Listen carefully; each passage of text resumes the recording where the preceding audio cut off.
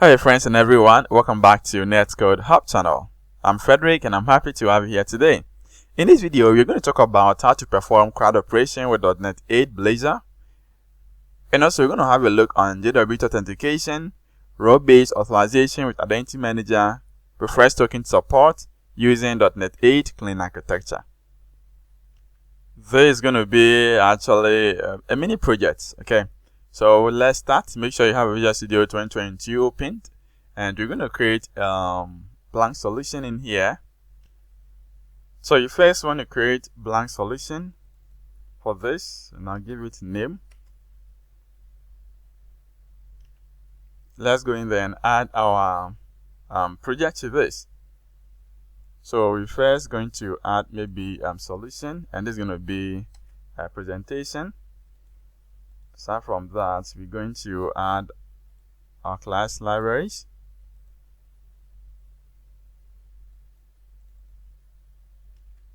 For application.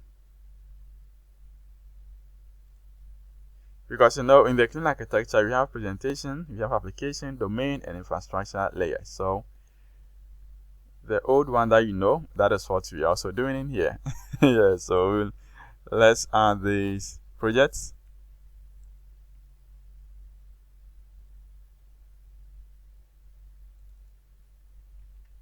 So domain,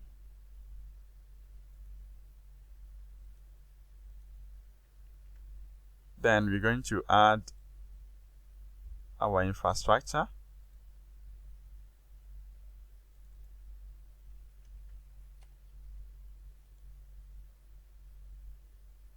So in the presentation layer, we want to have API. So right click on the presentation, let's add new project to this, and this is going to be web API, and I'll give it the name as just API.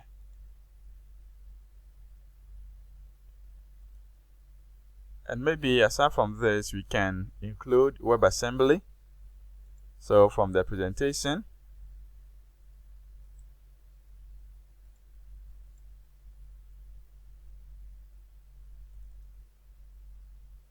so that's going to be web UI.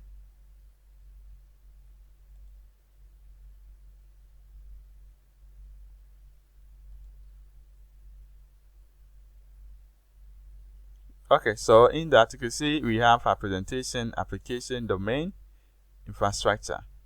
Okay, so these are the layers. Inside the presentation, we have two UIs. So we have the API and also the web UI. That is the Blazor WebAssembly.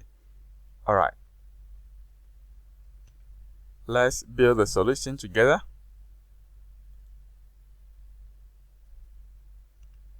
So after doing this, let's go in there and install various packages to the project. Now let's go to the API. And now in the API, we're going to install one package in here, and that is the Microsoft.entity framework call .tools. So let's install this.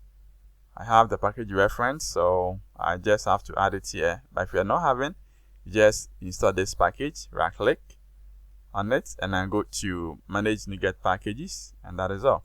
You know, before I have to even unload this project, yes, then reload the dependencies to get this package installed. So from the dependencies, packages,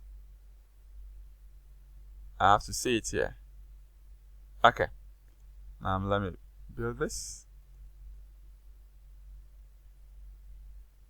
So you say this package reference is not found.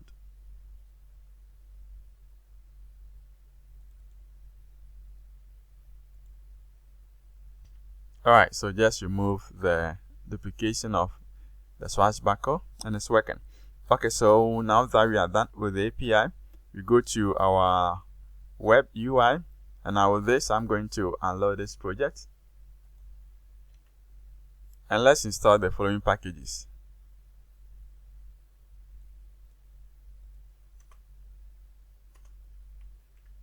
So we need these packages. I have my own package that I built, and that is what we are going to be using in here. It's flexible to use. That is a modal. We have validations, we have data grid, and our toast. So we're going to be using these 4 packages.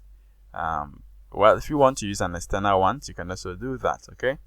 But in this, we're going to use these packages. So make sure you install these packages, and also this Mapster.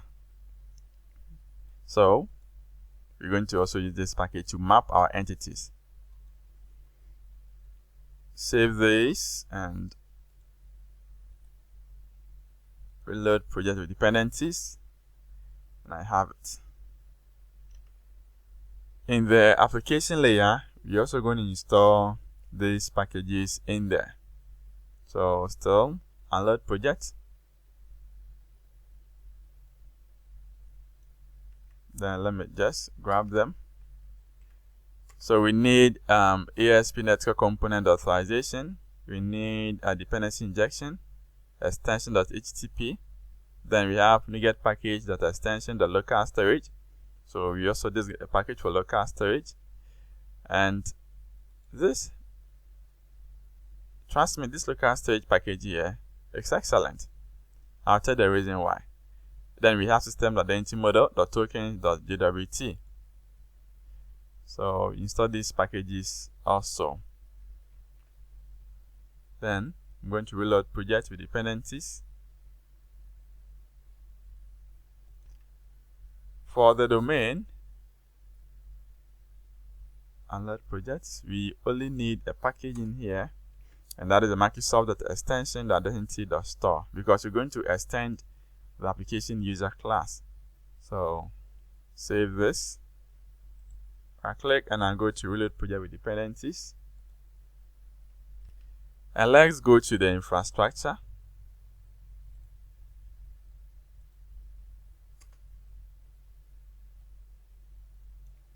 And in here, we need the following packages too. We need the same Mapster for model mapping. We need Authentication.jwt bearer, ASP Netcode identity, framework call, SQL server, and tools. Okay, so maybe you can decide to use SQLite or SQL server. For now, we are using an SQL server. Okay, so make sure you have these packages installed. Then let's reload project dependencies. So we can now rebuild solution and make sure that we have all packages intact. Okay, so built. Now let's go in there and I'll create our domain models. So in here, we want to actually have a simple project to handling cars in the garage.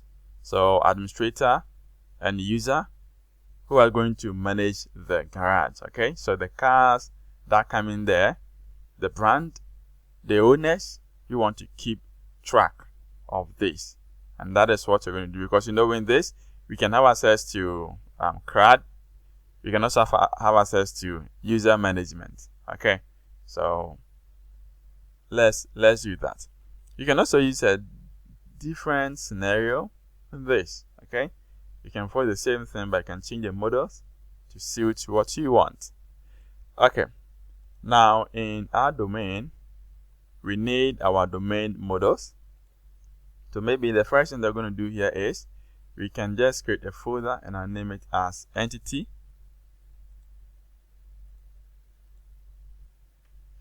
Now in that, let's have authentication first.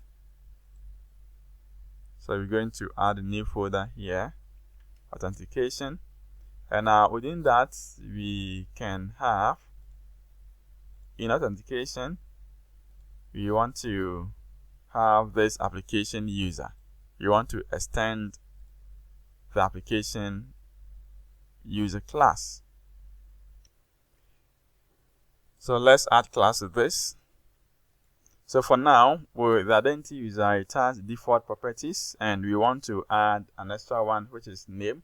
In case you want to have more, you can just put them in here, but make sure you inherit from identity user class, which is default, or it's an inbuilt, and this namespace is coming from Microsoft.ASP Netcode identity. Okay, let's save this. So from this, we're going to create our DTOs in the application layer. So in here, let's create a folder to the application. So DTOs, let me add S, let me get DTOs. So in the DTOs, we have request and we have response. That is the two types of DTO. So let's have the first one is request, and the second one here is response. So in request, we want to just have another folder, and this is for authentication. So we can name this as account. So in that, we can have our login DTO, create account DTOs as well. So let's have them. So we have and that is a create account DTO. Now in the create account DTO, we need maybe name, confirm, password, and maybe role, because you want user or administrator to select role anytime he wants to create a user. Okay, but before that, let's create our login first.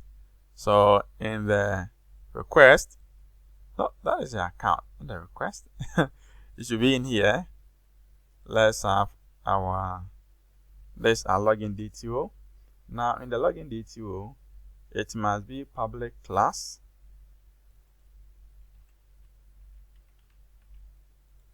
Okay, now in here we need email and password. Okay, so we're using an email here. These are the coming from component model.data annotations. We have just two properties in here, this attribute. Then we have email address, we have password. Now in that, we're using a regular expression, so we want to make sure that the email has something like at Gmail, at Hotmail, at Yahoo, at etc.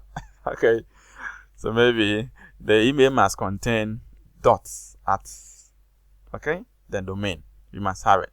So we're using this regular expression in here.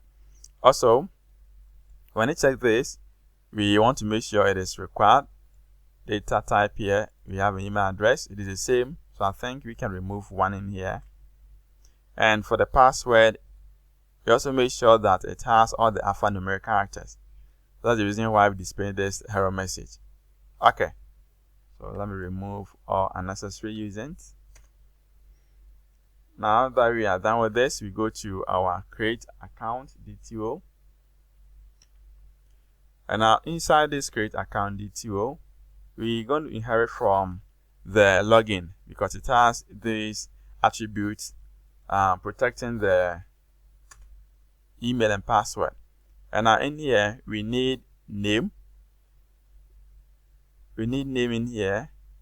Then we need confirm password and a role. So this is nullable, so we can have something similar to this. Maybe this row is required. You cannot create, administrator cannot create user without assigning a role to. It's essential. Okay.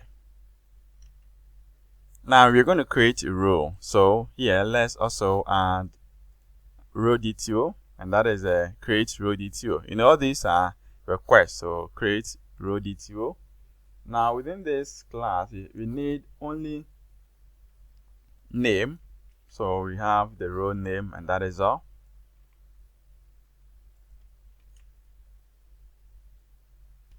Now in user management, we have to have a DTO which can be used to change the user role.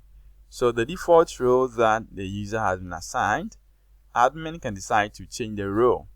So in this case, if you want to change the role, you must have a DTO to handle that. So let's add another, and that is a change user role request DTO. And now this we can use record, and then here you pass in a user email and then the role name. That's what we need to change role. And also when we receive a token from the API after we log in, we need to save this token to the local storage or session storage or cookie storage, anywhere that you want to save this. In this case, we need a model to handle that. We need a token. We need a refresh token. So 2 properties in here.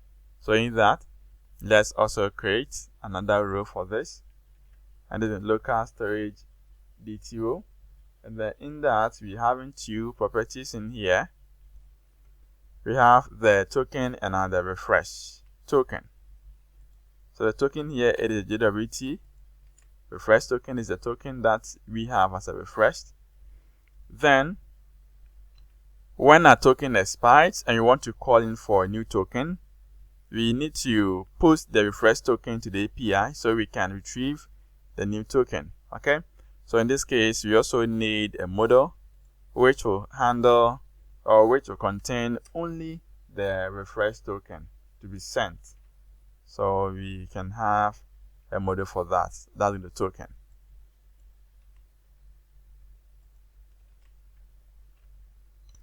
Alright, so these are the DTOs that we need and the request form in the DTO for this authentication.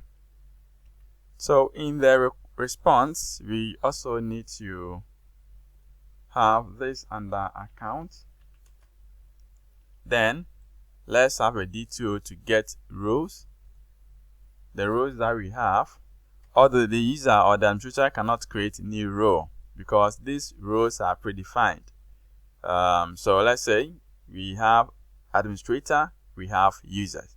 So these are the rows, and maybe we can keep them in the database as well, or we can create a static class and now put them in there. Okay, so now with this, we can just use record to handle this. And we have here ID, the row ID, and the row name. If you want to get these rows from the database, we can use this.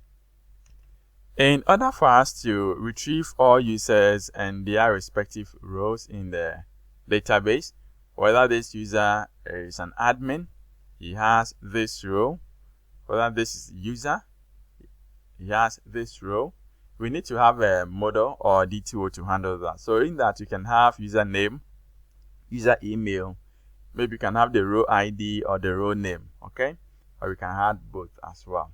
So let's create one, and that is what we're going to be using to list the users and their rows on the screen for that admin to make change. Okay, so let's have a class in here.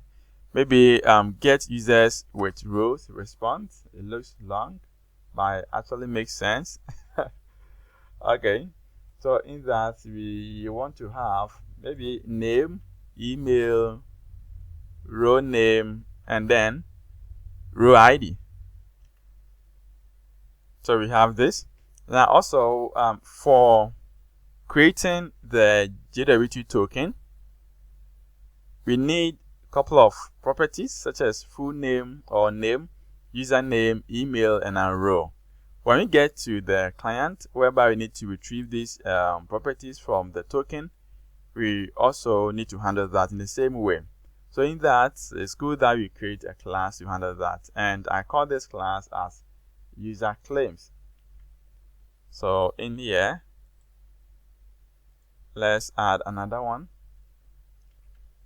user claims, and within this I can use a record since we have this. So let's see, I have the full name or the name, I have username, that's going to be the email too is in here. Then we have the row. You can add a couple of properties, the ones that you want, you can add them. Okay, I think we should add DTO to each. So DTO,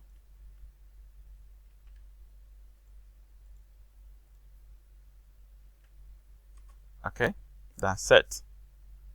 So now that we are done with our DTOs, let's go in there and create our DB context, and this can be created in the infrastructure.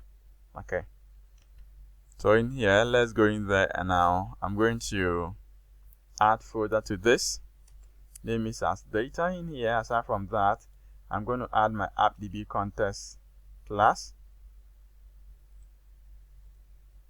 So add class. The name is AppDB context. You can change it to any name of your choice. Okay, so within this must be public, and we have to inherit from identity DB context that we pass in our application user class that we created.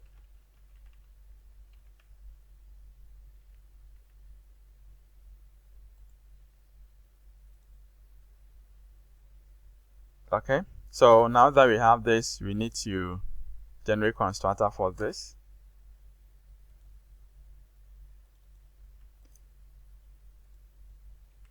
So let's choose this one and now pass in. Okay, so we have it set. So this is what we need. When we are done with this, let's go in there and create our connection string. So we do that from that API app settings. Then in here we need our connection string, so we can put it down here. And then database name is CRUD. We have the server to local. And aside from that, since we're going to generate JWT token, we must have a session where we can pass in all the issuer, the key, and the audience. So down here, maybe I can have a session known as JWT. The key is this, so this must be a unique key. We have the issuer. This issuer, it is the API. Audience, it is a Blazor. So let's see from the API properties. From HTTPS, you can have the port. You go in there, replace it. And now from the audience, you can just go in there, the same properties. You can have HTTPS, the port. You can also grab this. And I'll replace it in here, and that is all. So after doing this, the next thing that you're going to do is to create a dependency injection. So let's add a folder to the infrastructure, dependency injection. Then in that we need a class. So I call this service container. Now in this service container, it must be public static in the first place.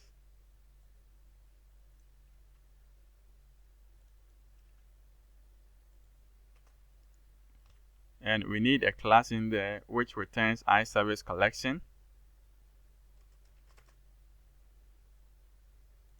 So this service returns iService collection. You can see this, that's a return type, and I need to be passing in iService collection and this configuration, so we can retrieve the setting that we set up in the app setting.json. Okay, at the end we make sure we return services. So in this, we have to register our database connection string. So we register this in here.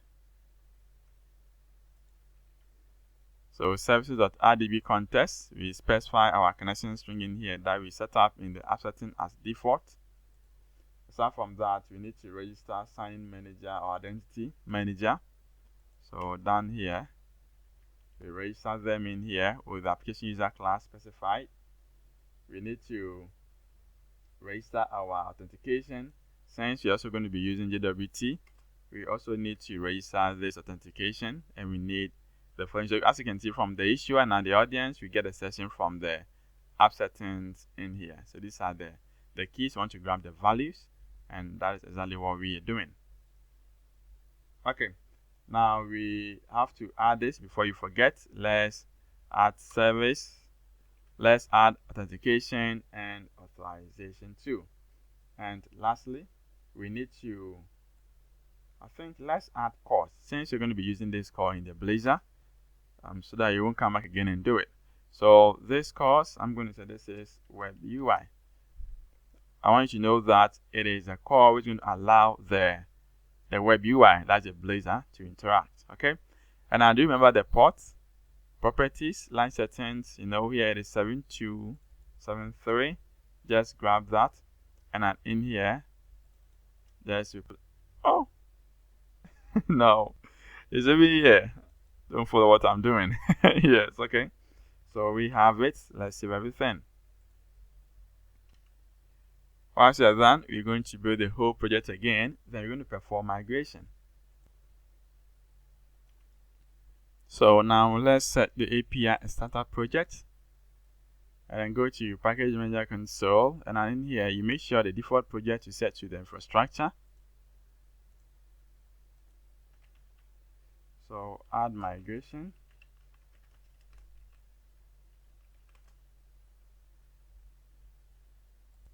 You have an issue here because we did not reference this infrastructure to the API. So let's go to the API, right click on dependencies, add project reference. For now, let's add the infrastructure. That is what we need. And now let's go to the program.cs and let's add the service.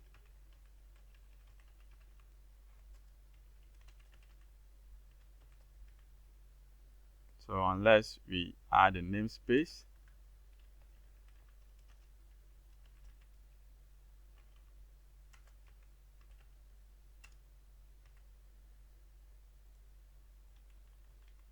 and then we can use add infrastructure service. We pass in builder.configuration, and that is all. Let's build this again. Now let's try this once more. It worked. So let's update database.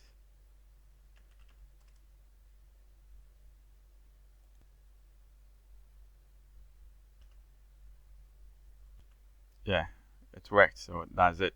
So we can now close everything from here. So let's go in there and create our contracts or interfaces. So in the application layer, we're going to create our, let's have contracts. And in that, we can have an interface for the account. And that's going to be an interface. And we're going to say that this is iAccount. We need to create a default admin user account, isn't it? But with this, I am not going to tackle database seeding. I'm going to see the database. So I'm going to have a method called, as soon as the application runs, first time for this user to get created, that is an admin account. Now, the subsequent run that will come afterwards will be checked if we have that details in the database. If it has it, then to just skip that. Okay, so this call will be called once, and that is all. Okay, now let's say it will be called once. It will be called multiple times, but the success will be once. As soon as the first time the app loads, that is where it's going to make success. The subsequent ones, it will check up and it's there. You're going to skip it. Okay, but you can also actually apply database seeding in order to skip creating an admin account. Okay, so you can actually do that. For now, let's take this section. Handling errors or handling issues in your system is very important, and you must have a proper way to handle them. So that's the reason why I like to create response DTOs and etc. Okay, so I need to create 2 DTOs in here for responses, and this is going to be the general response, which will be used by the whole application. Then we have login response, specifically or limited to only login method. Now let's have a look in there. So let's go to the DTO. I nearly forgot this, but let's go back and do it. So in the DTOs, here we're going for the response, and now within that response, let's create this class. This is going to be general response, and here it is just a flag and now a message. So this could be a record, a flag, and a message. Let's save this. And also we need to create login response.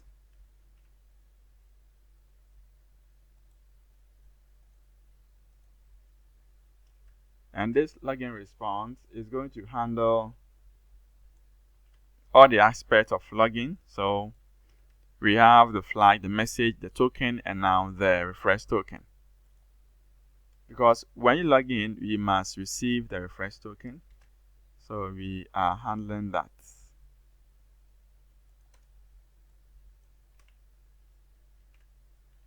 So in our I account, that's the contract or the interface. Let's make this as public. And we need to create these interfaces. So we have create admin. We're going to create an admin account for the first time the app runs or loads. The second part here, we have a create account, login, create roles, get roles, and now get users with roles, and now change user role. So I think we have 6 or 7 interfaces in here, and that's what you're going to work on. Now, since we have to create the repo for this. So in the infrastructure, we can create implementation or repo for this. So let's add folder for this, and now I'm going to say this is repos. We need a class. So add a class, account repository. So in this account repository, we need to inject role manager. We need user manager. You need sign-in manager. Okay. So we need to implement the interfaces for this. Not this one. We actually need the original one. And it is not. Where is this coming from? This coming from Microsoft.identity.client, not this one. We need what we created. So we can use I account this, not this one. So we need to add reference to this application layer. After adding this reference, we then now have access to this. This is what I mean. So let's implement the interfaces in here. That's great. You know, we need some private methods which will be called often. You know, all the time I try to follow at least one principle. Do not repeat yourself, okay? So some classes which will be using often, or some methods which will be using often, I would like to put them, maybe set it aside so I can be calling it often. That is a good practice. So maybe on top here, I can have all my methods. So find user by email, and I find row. No, find user by name. Okay, this is by email, and I find row by name. Okay, so this method will be using often. So actually, I can grab this.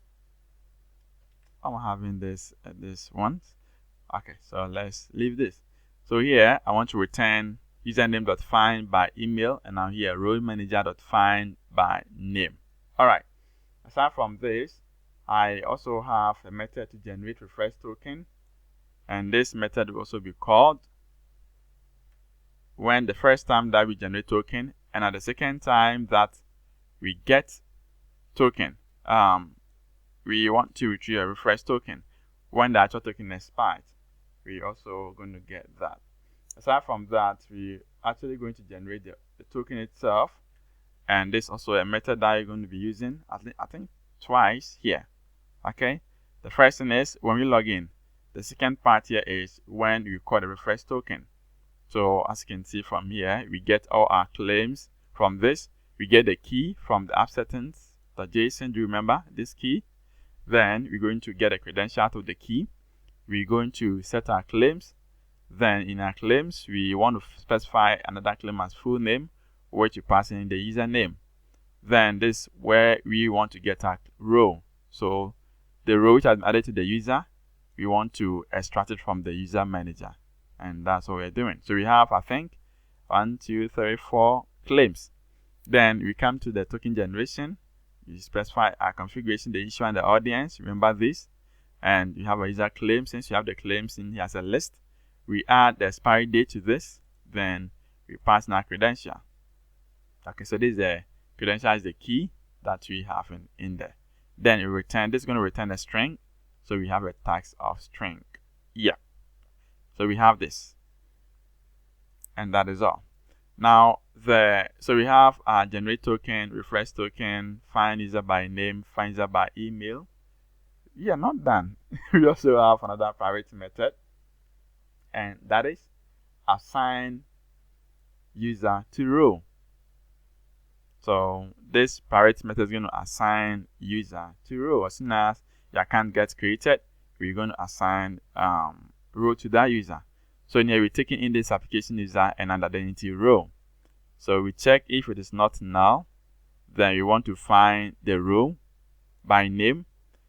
In case we find it in there, or in case it is not, it's not there, then we're going to create the row. So in now creating the row, you can see here using row.adapt, that is how to use the master. So we converting the row, create row model to the new identity row.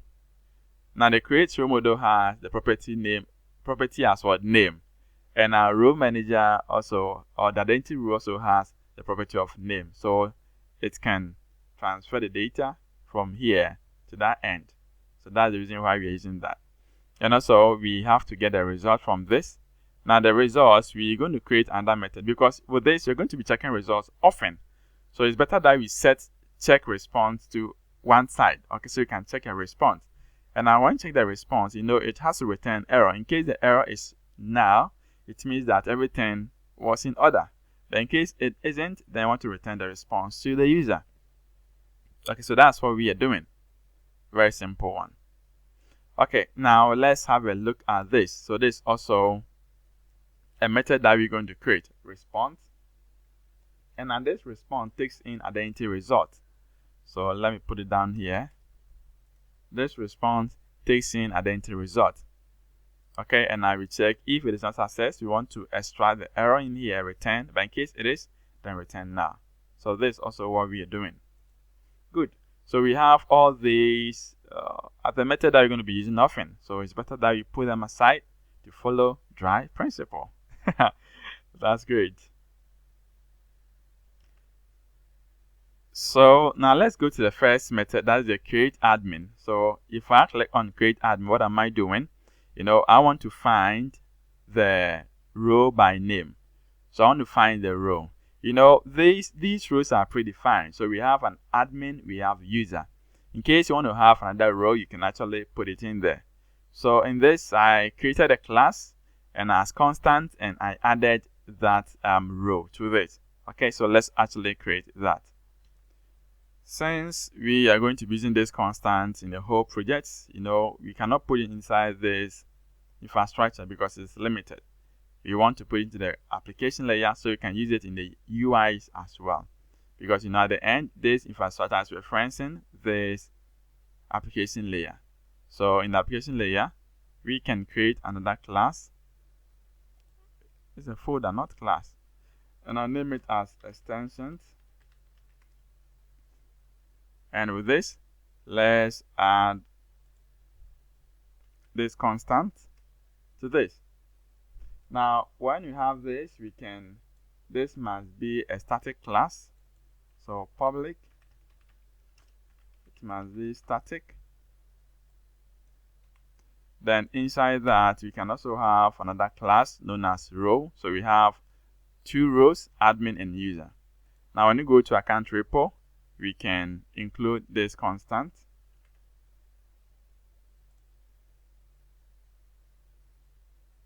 So let's remove this one. We are not talking about this. We are talking about this. So we're checking if the admin exists. Okay. Then you want to create an instance of this. Then create account async. So that's what we're doing. So you can see from here, we're going to check find row by name. This is a class that we created separately. It's going to find it. In case it is not null, then we're going to call this. Then we create an account. It just says that the row exists. The admin row has been created. When you check this, the find row. The find row finds the row name and I return. So this could be null, or it could have this identity row. So in case it is not, it means that the admin row has been created, and then we populate this. We create an instance of this row, of this create account DTO. Then we pass it on to this create account async. Okay, so now let's handle this create account async. That is what is it? Create account async. Let's handle this method. So within the create account async, let me just, okay. Now, if you have a look at this, you see here, we want to find the user by email in case it is not now, because that's the first time that we create an account. If the email exists, then you know what it means. In case it isn't, then you want to create an instance of this application user.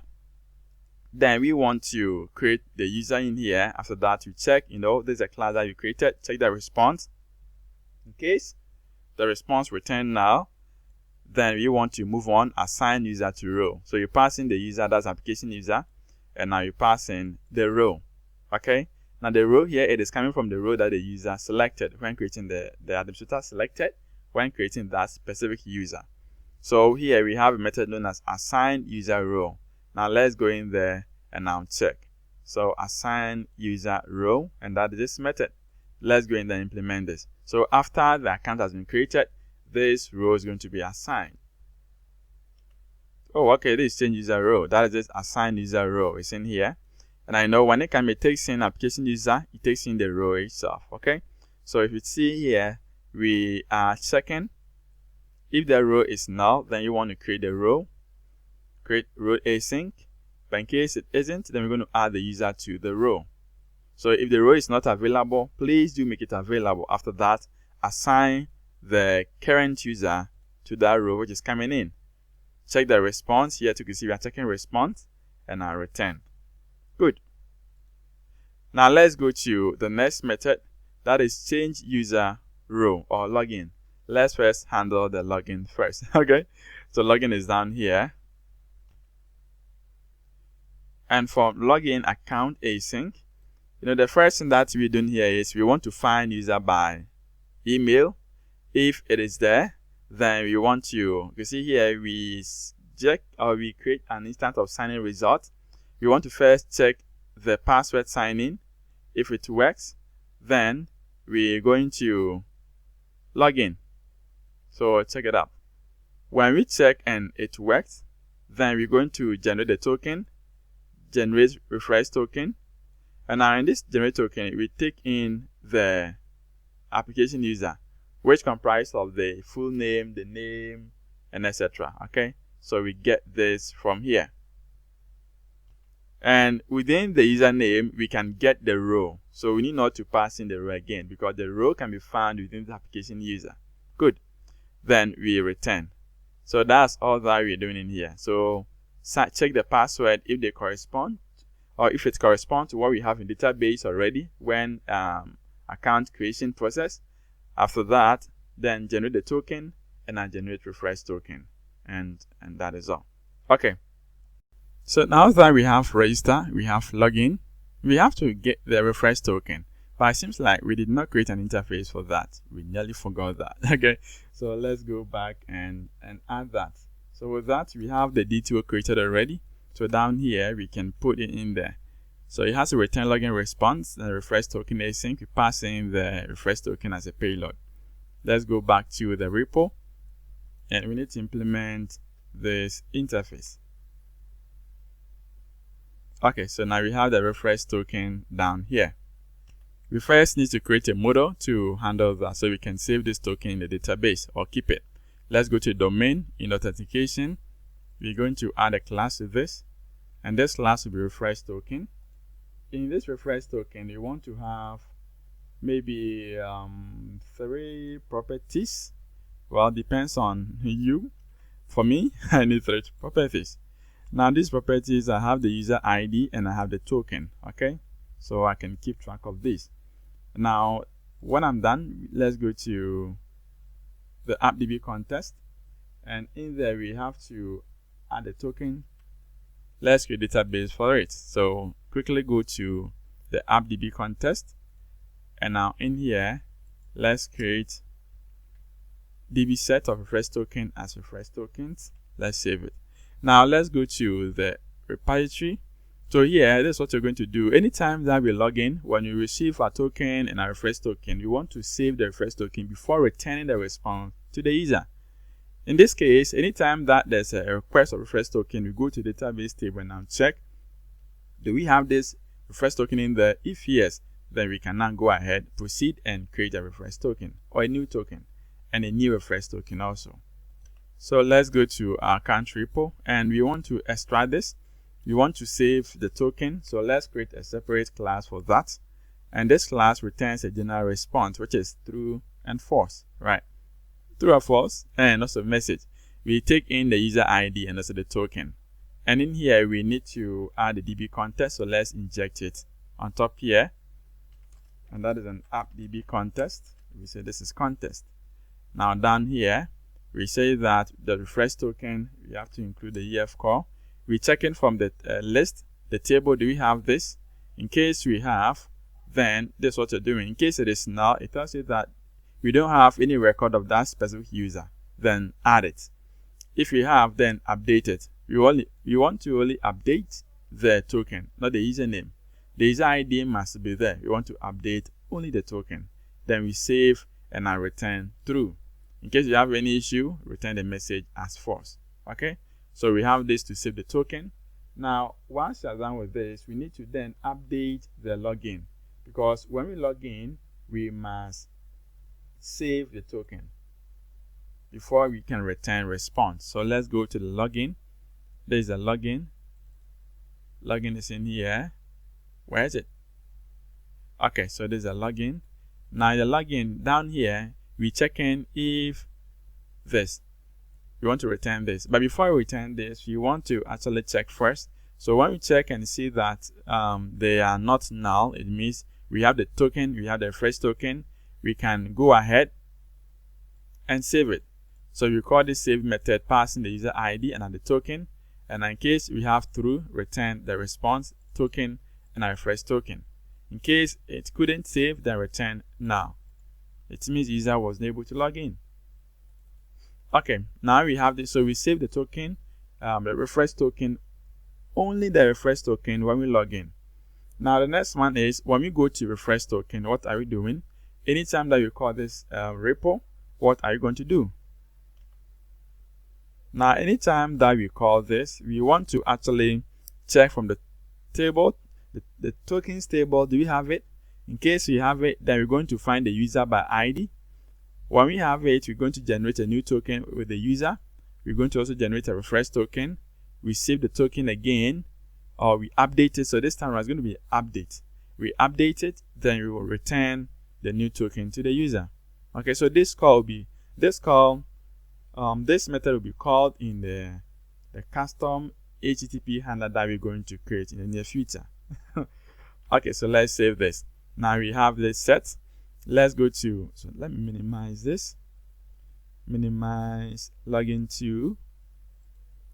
Now let's go to get users with role. So here, if the admin wants to change the user role, maybe the admin has 4 users. He wants to assign one as an admin again. So they can have 2 admins and 2 users. We want to get all the users with their roles so we can change. Or maybe if one is admin and want to vice versa, you want to reverse it to user. Let's see how to get the users with roles. So with this, we can simply get the users.toList, return now in case it is null. If not, you create a new instance. We're going to now fetch. So if you check this, we're looping through this all users. Now this all users, you want to grab the name, the email, the role ID, and also the role name. Okay, so these are the properties that we specify in the get users role response DTO, and we need to assign values for each. So we can loop through the users and now get the row of them and now return the list. So with this case, we can return every single user with its row. what if I want to change the user? I want to change the row. What can I do? Let's search for the change user row method, and now let's implement it. Now in here, we pass in this payload as a change user row request. This request takes in or comes in with, let's say, the user email and then the row, the current row that you want to change to. So we want to find the row name and then the user email. If they are not found, return this. In case they are there, we want to find the user. Then you want to find the previous row. We want to remove the old row, the previous row. Then check the response. In case it makes success, we want to just add the current row. Check the response. If it's success, then return. So you can see that in any operation, we are checking response. We want to make sure that what we are doing, we are backtracking. We're checking if it works. If it works, so we can actually return the response or the last end here. We can boldly say that yes, row is changed. Good. So you can see that the check response, we'll be using it often, and that's a good one. If it's good to use that, else you could have, or we're supposed to add the whole implementation by and by in here, and it's going to take a whole lot of lines. So creating it in a private class and calling it often, that's the best. And when we get to the get row, we have only, I think, one method needs to be implemented, and that's the get row. So in here, we want to get the row from the user, the row manager. We get the row list, and now we're going to convert that to the list form of this get row DTO that we created. This get row DTO contains only a method known as, it has row ID and a row name. And I want to check the identity manager. Oh, that's the row manager. It also has row ID and a row name, so we can now adapt to the destination in here. Okay. Now let's save this. So you see that we have implemented everything. Oh, yes. We have every method here been defined. That's great. Okay. We make sure that we go to the service container and then register this before we forget it and to give us problem. So down here, we're going to register accounts, and you need to include, and that is it. We can close all this peacefully. Okay, so let's save. The next thing that we're going to do here is we're going to create our controller. So let's go to the API in our account or in the controllers folder. Let's create new controller, API, empty one. Then we say account controller. In the account controller, we're going to inject the interface that we created in the iAccount. Let's use the name reference. Okay, so within that, we're going to create, since we have our own way of returning results or errors, we can return okay, because if it's able to call this, there's a response in there. I want to return the response. So we call this create account async, we pass in the model, and that's a route. Very simple one. So when you're done with your service or your repo, creating controller is very, very easy. So that is also for the login. We also call the login async method that we created in our interface. We do the same to the refresh token. We also call the same refresh token async. Then from here, we can create row. So in order to create row, we can do this to create a row. You call the create row method. And also for the list, we can also grab the list in here.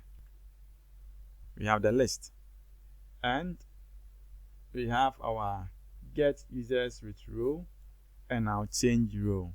So we have two methods or two endpoints left. So get users with rows, we have all users with their rows, and we have change row. It's a post. Let's get. Okay.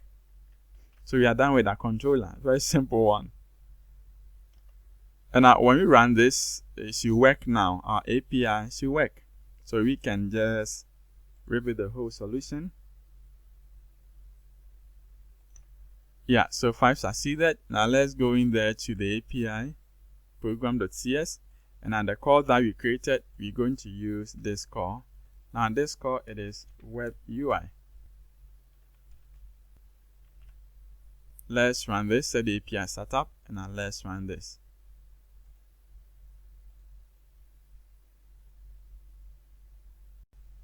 So before we try this, we have our tables here open, ASP.NET rows, we have ASP.NET users, and now the row itself. But I think we added refresh token model, so we need to update. So add database migration, this is second.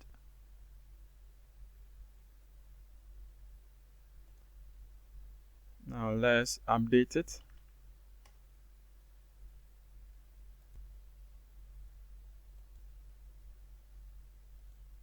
So let's go ahead and now run this.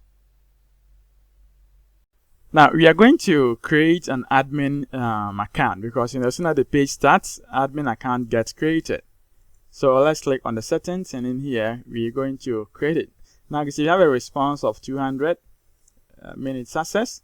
Now let's go to the table and check it out. So in here we can have a look from the admin user row. Okay, so we have no row added to the user. Let's check the user itself. We have it here, and the row is not created. Maybe we did not implement the method. Let's check it out from the account repository.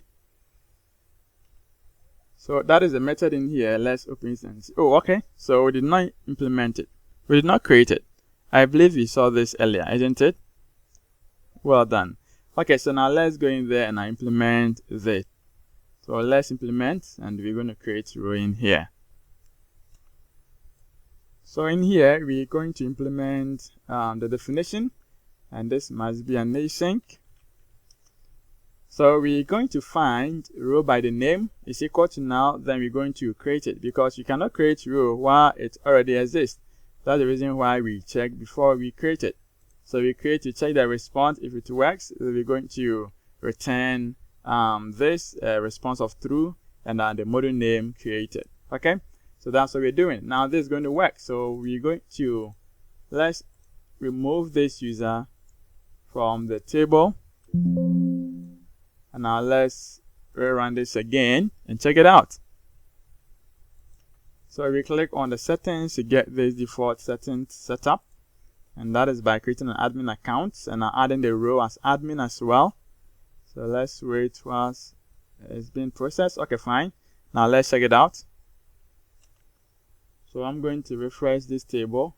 We have the data in here, the record in here. Let's check for the row first. And let's see. Yes, we have the row created as an admin. And now the next one is let's see if it's added to the row. Yes, we have it. So now this admin has been registered, has been assigned as an admin row. All right, so this is working. Now let's go back again and check the rest out. The next method here is if I click on user with rows. Let's see, click on this, and now we have only admin row. As you can see from here, admin row email, and the row name is admin, and then that is the row ID. So we have only one row for now. Now if I click on change row, I can now change the row in here, the row name, passing if it exists. I also passing the email as well, and then the row name. If the row name exists, is going to be assigned this user email to this specific row. Okay. Aside from that, we have create login. Now for login, let's try to log in and check it out.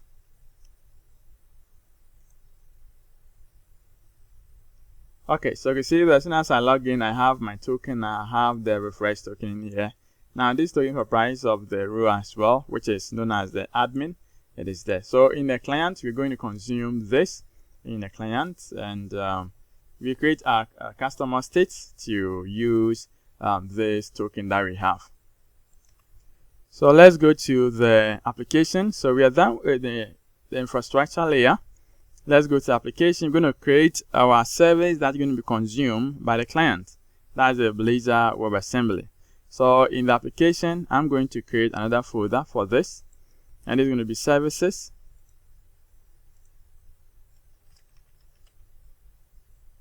Let me stop this first.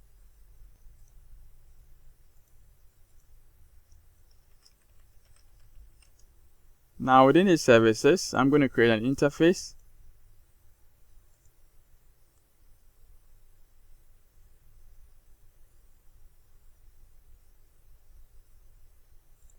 And this will be iAccount service.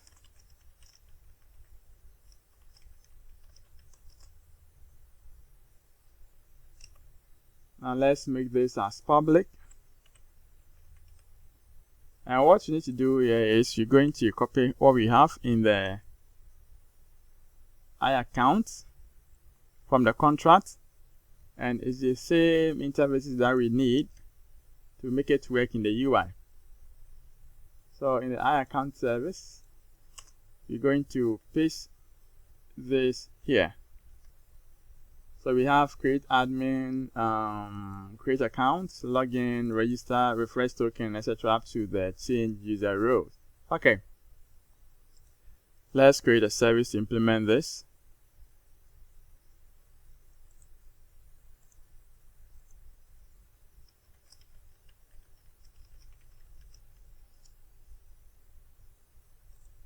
And now with this, we need to iAccount service. Let's implement the interfaces. So before we can work with this, we need to create an HTTP client service. Now this is what it's going to do. The service here, we're going to have a protected endpoint and we're going to have a public endpoint. So with the public endpoint, there's no need for us to add header, that is the token to the header. We can make a call straight ahead. But when it comes to endpoints which are protected or being decorated by the authorized attribute, we must attach our token to the header. In this case, we cannot be calling this or be adding the token to the header all the time. So what I've done here is I create a service known as the HTTP client service, which calls the local storage service, get a token from local storage and add it to the header, and I'll return it. So when you call the private client in here, we can now get a header or a client with token in the header. Okay. So that's what we need to do. So let's go to the solution, and we're going to create in the extension that we have in here. Let's add an HTTP client service.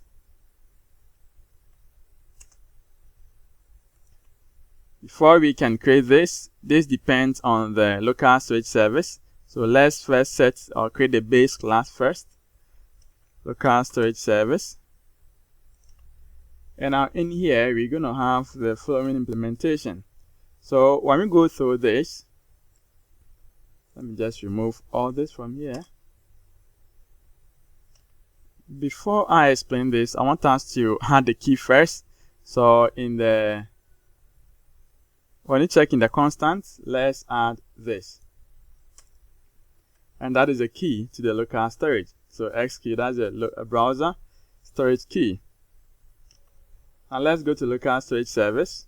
Now that's what we're doing. So you can see we are injecting iLocal storage service. And we create an instance. And now this is coming from Netcode-Hub packages extension.local storage. That is the local storage service that I created. Now I'm saying that this package is superfluous. The reason is you can encrypt the key, you can encrypt the content and keep it in the local storage. So as you can see from here, this is get browser local storage. So this is get encrypted item as string async. So this is going to convert what you have in there as string, and it's going to encrypt it. So this is get. It means that before you get, it's going to decrypt it. So when saving, you have to encrypt it, and now when it is getting, it's going to decrypt it. So when you use this extension as get encrypted, it means that the text in there is already encrypted, and it's going to decrypt it and I'll return it as a string to you. That is what this method is doing. Now with this too, get module from token, you can see that you can convert or serialize module into a string and now save it, right? Now this local service that I created also can handle that. So here I'm using local storage DTO. I want to return it in the form of DTO, and then that is a get module from token. So what I'm doing here is I get the key from here, and that is the token from this. Now if this is not now, we're going to deserialize it into a module and I return. So when you call this method, you're going to have a model of what? Local storage DTO, which comprises of the token and the refresh token. Also, when you check the set browser storage, we pass in the local storage DTO, that's the model, and we're going to serialize this, and we're going to save as encrypted. So here, we're going to save it as encrypted, which is going to encrypt this token, this text in here, or string, and now keep it in the local storage. And now when it gets to remove, you can also set it by delete async, passing the name of the key, and that is all. So in that, I have a serialize objects method. I have the serializing also method in here, and I have JSON options specified in there. That is what I pass in when I am serializing it. And that is what I pass in here, JSON options. So this is created, and it is used for all serialization and deserialization as well. Okay, so we have our local storage service created. Now let's go to the HTTP client. Then we can now go ahead and use this. So in here, this is what we're also doing. You can see that we are injecting HTTP client factory because we install Microsoft.extension.http package, and I will inject our local storage service that we created. Okay, now in here we're going to create a client, and the client we need to specify the name. So this name must be, we have to add a property in the constant class which is named as HTTP client. So let's quickly do that, and we also need to add the scheme. Let's add those. Let's go to the constant, and in here we're going to add the client's name and also the header scheme, that's the bearer, and our web UI client. Now when you go back to the client service, you can see that here we're going to create a client, and we pass in the client's name, that's a web UI client. Here we get the public client, so we're going to return this create client. After the client has been created, we want to return it. And our get private one is, that is where we call the local storage service. Then we add the token to the header in here, and as you can see, we return the client. So that is what we are doing in this. Alright, let's go to the account service that you created. Now we are going to inject the HTTP client in here and start our method definitions. So if I click on the login, let's see, first on top here, this is what we are doing. Let me just clear all this. Now we inject the HTTP client service, and in here we have the iAction service, that's the interface that we are implementing from. In that we have this login account, and now within that login we are going to, as you can see, login is a public endpoint, so everybody can access it. You need not to have a token before you can access. So we get the public client, and in here you can see we are making a post. We're going to specify the route, and we check the response from the response status. We check it over here. If it is now, we want to return.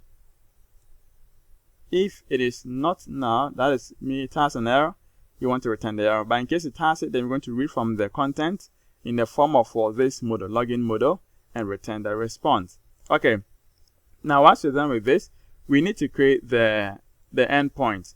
So all these are the endpoint. You must have login, register, and etc. So let's have this endpoint created in the constant class. So in the constant, maybe we can put all our route in here. So that's for register route, API, account, identifiers. That is a create.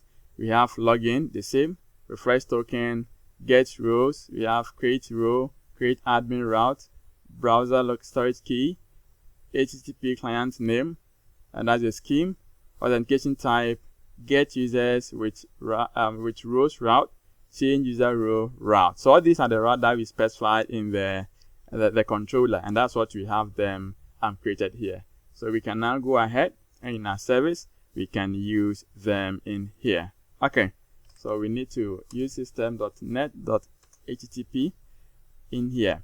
So that's what we are doing. So when you check this, we can log in, and I'm just going to return a login response, which takes in the flag message token and so the refresh token. Now when we check the next one, and that's the register, it's the same thing. So it's a post, we get a public client, and now we do the same thing. Okay, read the response in the form of general response, because you know this returns general response. Now when you check, there's a check response status, so this is going to just get the response in here, because login and register, all of these are going to have response, so we need to check it. So we can create a single class in here and then call it multiple times to check the response in each of these. Okay, so that's what we are doing. We just want to get the name and then the reason phrase, and that's it. You can actually customize this to suit how you want the response to be done. Now we have create admin at the first start, so we call this, we get a public client, and now we post async, and you can see here we return null in here, but this is going to create it in a repo for us. Okay, then that is a get row, so we're also going to get the row from here.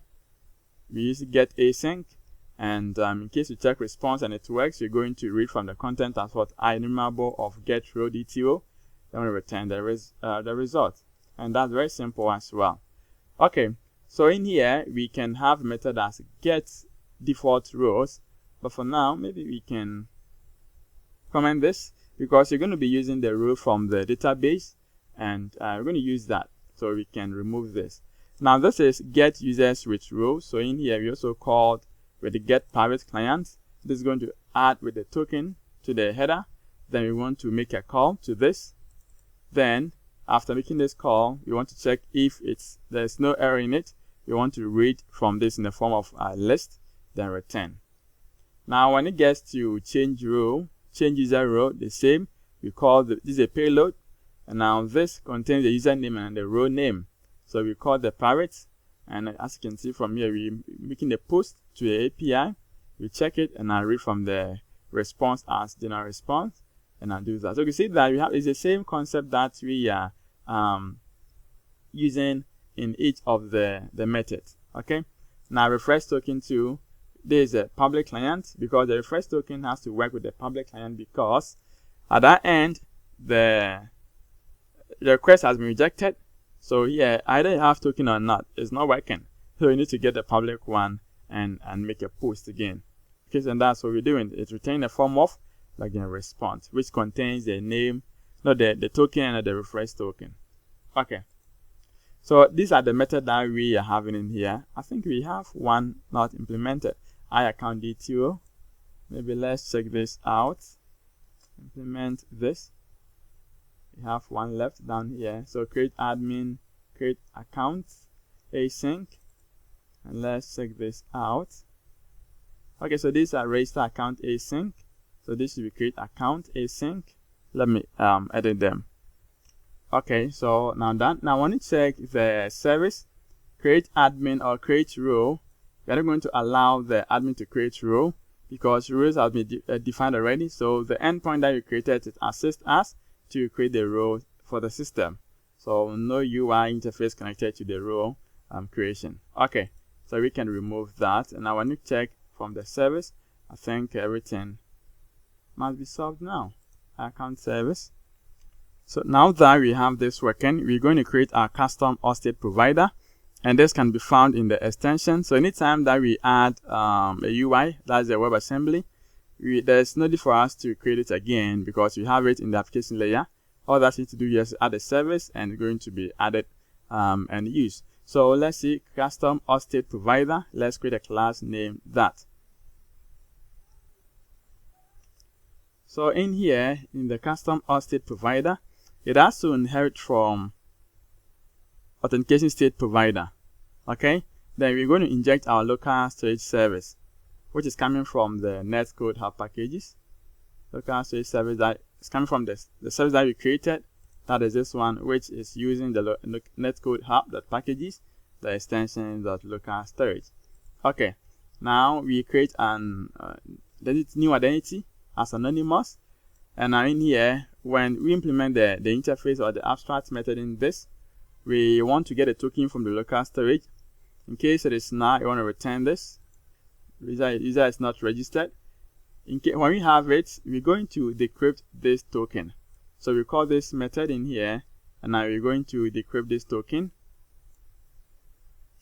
So when we decrypt this token, we can now extract the claims from the token. Okay, so we call this method to get it, And I need that we want to store the result in here. After that, we check if the result is null, we want to return this anonymous. But in case it isn't, then we want to set the claim principal. We pass in the claims that we have from the token and now pass it on to this method. Okay. Now this method is going to come in and now the response is going to be claim principal. Then we want to return tags from result, new auth state, and pass in the claim principal, because this method, the return type here is a tags of what authentication states. Okay. Now also when we come to this update authentication states, we pass in the local storage DTO. And in here, this DTO comprises of the refresh token and the token itself. When it gets to this side, you want to create an instance of this claim principal. We check if it is not null, then you want to set to the local storage. And after that, you want to decrypt the token, get all the claims, set the claims in here. But in case it is null, then we want to remove the token from the browser. And we want to call this notify auth state change, and I return the response from this. So in case it's able to get this, in case it is not null, at the end you're going to have a claim having a value to it. But in case it is null, then the claim still be empty. And in this case, this will be empty. And if it is empty, it's still going to be like the anonymous. And in this case, it tells the user that it tells the system that the user is not authenticated. Now, what we're doing here is we need these user claims. So we have to add the namespace. This is supposed to be claims DTO. Now with this, let's add the namespace. And we want to extract the name, email, row, and maybe the full name. So the name here is going to be the email, and then the email as well. We have the row, then we have the name, and this is the authentication step. That is the JWT auth. So this type here can be found. If I click on it, you can see we have the JWT auth. So this is the type that we are specifying. Okay. Now with this, we want to, that is where we're going to decrypt the token. We pass in this token, and in that we need to extract the token from it. So as you can see from here, we get a token from this read JWT token. Then in that we can get the name, the email, the row, and then the full name. Okay. And aside from that, we have to return the DTO, that's the user claim DTO, the name, the full name, the email, and now the row. Okay, so that's what we are doing. So anytime that we're going to decrypt the token, it means we're going to extract the following properties from the token. All right, so let's save this. We have a customer state provider created. So after creating this, we need our custom HTTP handler also class created. What this class is going to do here is, we want to check, we want to call the reference token as soon as the API returns a response of 401. That is unauthorized. So in that, we don't want the user to even know that there's reference token call being made. This is done from computer to computer communication. So in this place, the right thing to do here is to create a class which inherits from the delegating handler, and that is what's going to check anytime a request is being made to an API. Okay, so we need to create that class. Let's go to the same solution, the same folder as extension. We're going to add a class, and this is going to be a custom HTTP handler. And now within here, we want to have the following implementation. So when we look at this, let me just remove the necessary ones that we don't need. So when you check here, you can see that we are implementing or we are injecting local storage service, HTTP client service that we created, navigation manager, and also the iAccount service that we created. They are inheriting from what? The delegating handler. Now, this is, you're going to implement the default abstract method.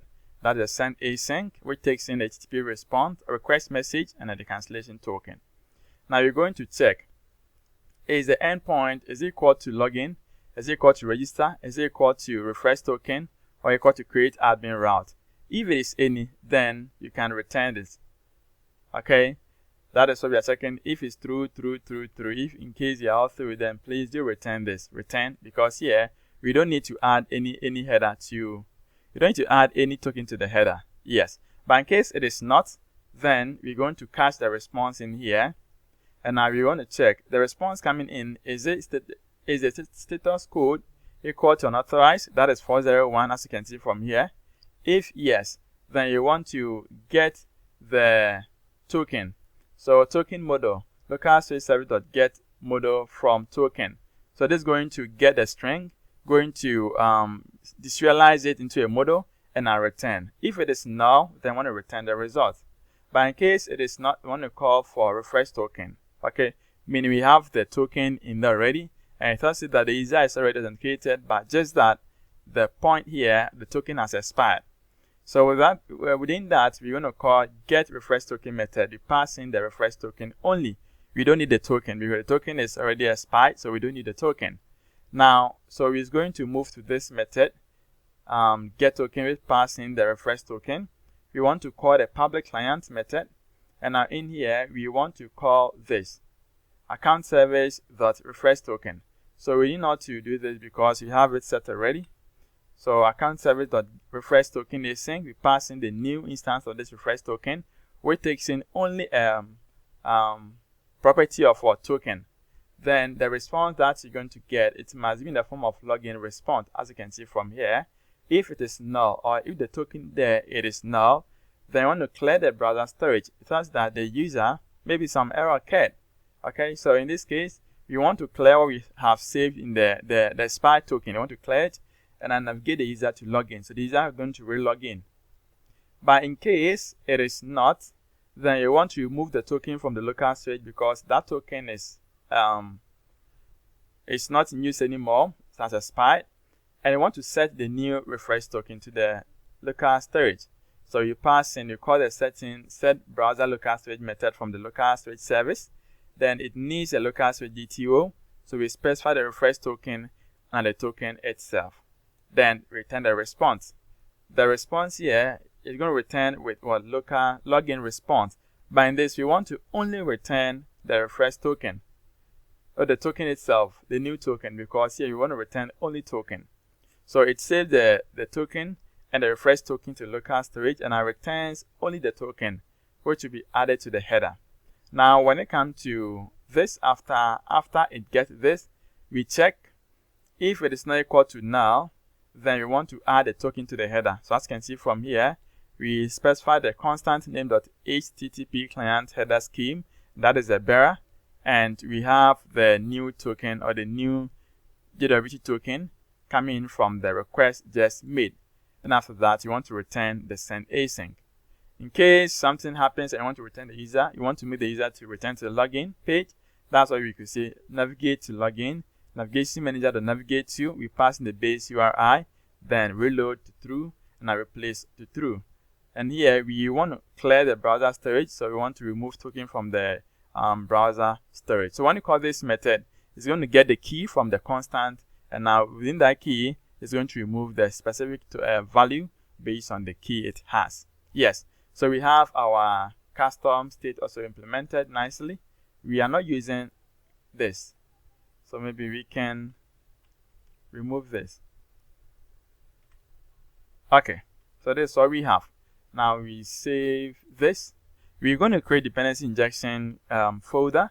We create a service, and we're going to inject all the services that we have created, including the custom auth state provider as well. So let's go to the application section. In that, we need to create a folder for this. Maybe the name is going to be dependency. It's supposed to be dependency.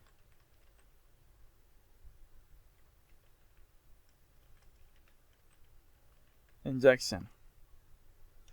And let's create a class to this folder. That is service container. And now in here, we need to return the same iService collection. And we need to use this Netcode-Hub local storage service. So let's see if we can implement the namespace, and that is what we've done.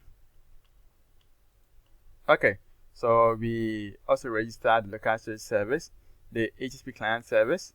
We register this auth state provider that we created. We register the custom HTTP handler. We add a cascading authentication state, and then here we're going to add the client And the client name that we specify, that is a web UI client. If you check the constant web UI client, so this is what we are specifying in here. Okay, and in that we need to specify the base address, which points to the address of the endpoint. So the endpoint, you can get it from the properties, and it is 7158. So that's my endpoint. Check your endpoint and also replace it beautifully, and that is it. Okay, so this, we have this working. We also need to add a tote service. So services.add tote service, and it is coming from the package that we installed. Since it is not here, I think the right place to do this is to, because we don't install that package in here, is to go to the web UI. So we have the web UI, and now from program.cs, let's install this. So builder.services. Then we add a token service. Now we need to remove this because we've added it already. And here, let's use, so using application, we need to add the application to the UI. So dependencies, and I add project reference, select the application, click on OK, and now using application dot, we can now have dependency injection, and in that we can have builder.services.add application service, and that is all. So you can see that we are not doing anything much in here. All what we're doing happens on the application. So anytime that you want to change the UI, it's very simple. You can just remove the UI. You can just remove and replace it with a new UI, and now integrate it in there, and now boom, that is all. You're gone. Okay, so let's see. Now we're done with this. We're going to create our login and now our register component. So for login, we want to change the layout. We don't want to use the default layout. So let's see, from the solution, we go to the layout, and we're going to add a folder, and I'll name it as accounts. In that, we're going to add another folder as identity, and in that, we're going to add layout. So authentication layout. And now with this layout, we have the body. It has a column, the bootstrap thing. We have the body in here. Okay, and now it is deflex of align self center. So it's going to be the center, and we have the body in here. So this is going to be for the layout, for authentication, for logging the user in.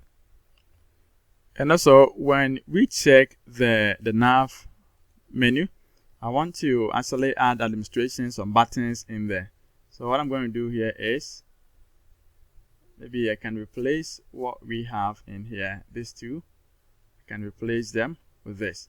It is the same thing. If you check here, we have this navigating to the content and the home. That's the navbar brand. And when you check this, we have records. And now this records is getting to the home as well. Maybe you need to use this constant. And when you check this, there's an authorized view. So with this authorized view, this row is only admin can see. So authorized view, and that's the end. So everything here, admin can see it. User cannot see that. So admin can add user, and admin can see maybe list users and change their rows. Okay, and that's exactly what we are doing. So very simple one. You can actually add more features if you want to go beyond this. Okay, now let's check our main layout. We also want to add maybe login and maybe log out in here as soon as the user logs in. And in that here, we can replace it with this one. So we can replace this one, and I use this authorized view. So if you are authorized, you can see this logout, which is pointing to account identity / logout component. Okay. Now in the pages here, we're going to create our account folder. You create identity folder, and in that you're going to have authentication page, login page, logout page and I redirect to login page. Now, on each side this authentication page, what is it doing? Here we need to include this authentication state, and in that you want to check if here we need to create. So this is going to be account service. So all we can do here is we need to inject account service. Then we say it's account service, and that is a service that we created. So when the page runs for the first time, we want to create admin. So that is where we want to create it. So create admin in here. Now from this, let's see, authentication states. We need to use nav manager. So we also need to inject navigation manager.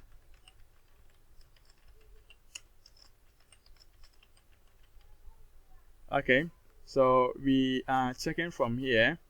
In case the user is authenticated, then we want to return to content/home. In case the user is not authenticated, then we want to return to login. Okay, so that's what we are doing. So nav manager should be the same in here as nav manager. Let's save that. So this page is a landing page. As you can see, that is a home. So when direct to the home, you want to check, are you authenticated? If not, then do this. If you are, then go to the home page. Now let's say the login, in case you are directed to the login. That is the login page. So in here, we are using this authentication layout. That's the layout that we created. We are using an edit form, which takes in the email and the password. So in here, we're using this floating text from Netcode-Hub packages. So we need to include this reference in here. This gives you a floating div, okay?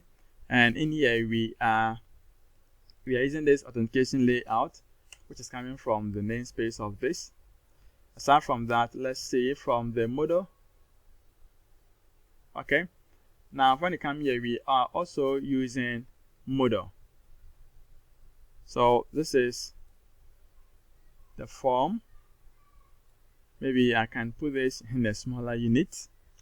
Yes, so I've done it so you can see it well. So you have a floating text for email address, another one for password. Then we have a button here as submit. Okay. Now, as you can see from this button is display text. So it's going to switch between your password, show and hide password. Okay. And at the button here, submit button is down here. We are using validation summary, as you can see. So you can actually build a simple form to handle that. Or you can actually use this, which gives you a floating div with input text. Okay. All right. So aside from that, you have a validation summary down in here. And we are using model to display errors or messages. So within this, it needs to use Netcode-Hub packages .model, and that is the namespace where it's coming from. Okay, so in that you have an action button, we have a border class, that's a bootstrap class. We have the custom style too as well. There's a content that you want to display, and we have a button template. So that is a button in here. Now within this, we need to get this login DTO. So this has to come from our request.dto. So now login. And that is what we pass on to the content of this model. Now this edit form, not the model. There's an edit form, login model. And now when I click on submit, you know what is going to happen, isn't it? Yes, this method will be called down here. Okay, and now with this, we need to use this account service. So account service.login async, login account async, we pass in this login model. So we need login account async, we pass in this login model. And now if there is a response, return success. We want to use this custom auth state that we created. We want to call a method known as authentication state provider. Okay, so here we need to get the authentication state provider. So let's go to the import and now let's inject. So authentication state provider. Then we call this as our state provider. and that is what we are getting it here. Then in the method from the custom auth state, we passing in the model of this, which takes in the token and the refresh token. Then we're going to navigate to the content.home. That is, we're going to render the whole page again, the whole component of the whole app again, and now get the user authenticated. Okay, now this is the password switching off and on. So that is the method that switches the password from password to test, vice versa.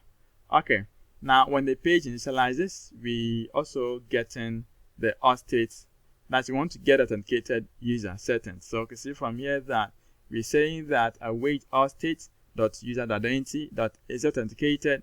If yes, then navigate to the home page. So when the app runs and are authenticated, go to this place. So maybe when this app runs, you cannot and you're authenticated, you cannot go back to login.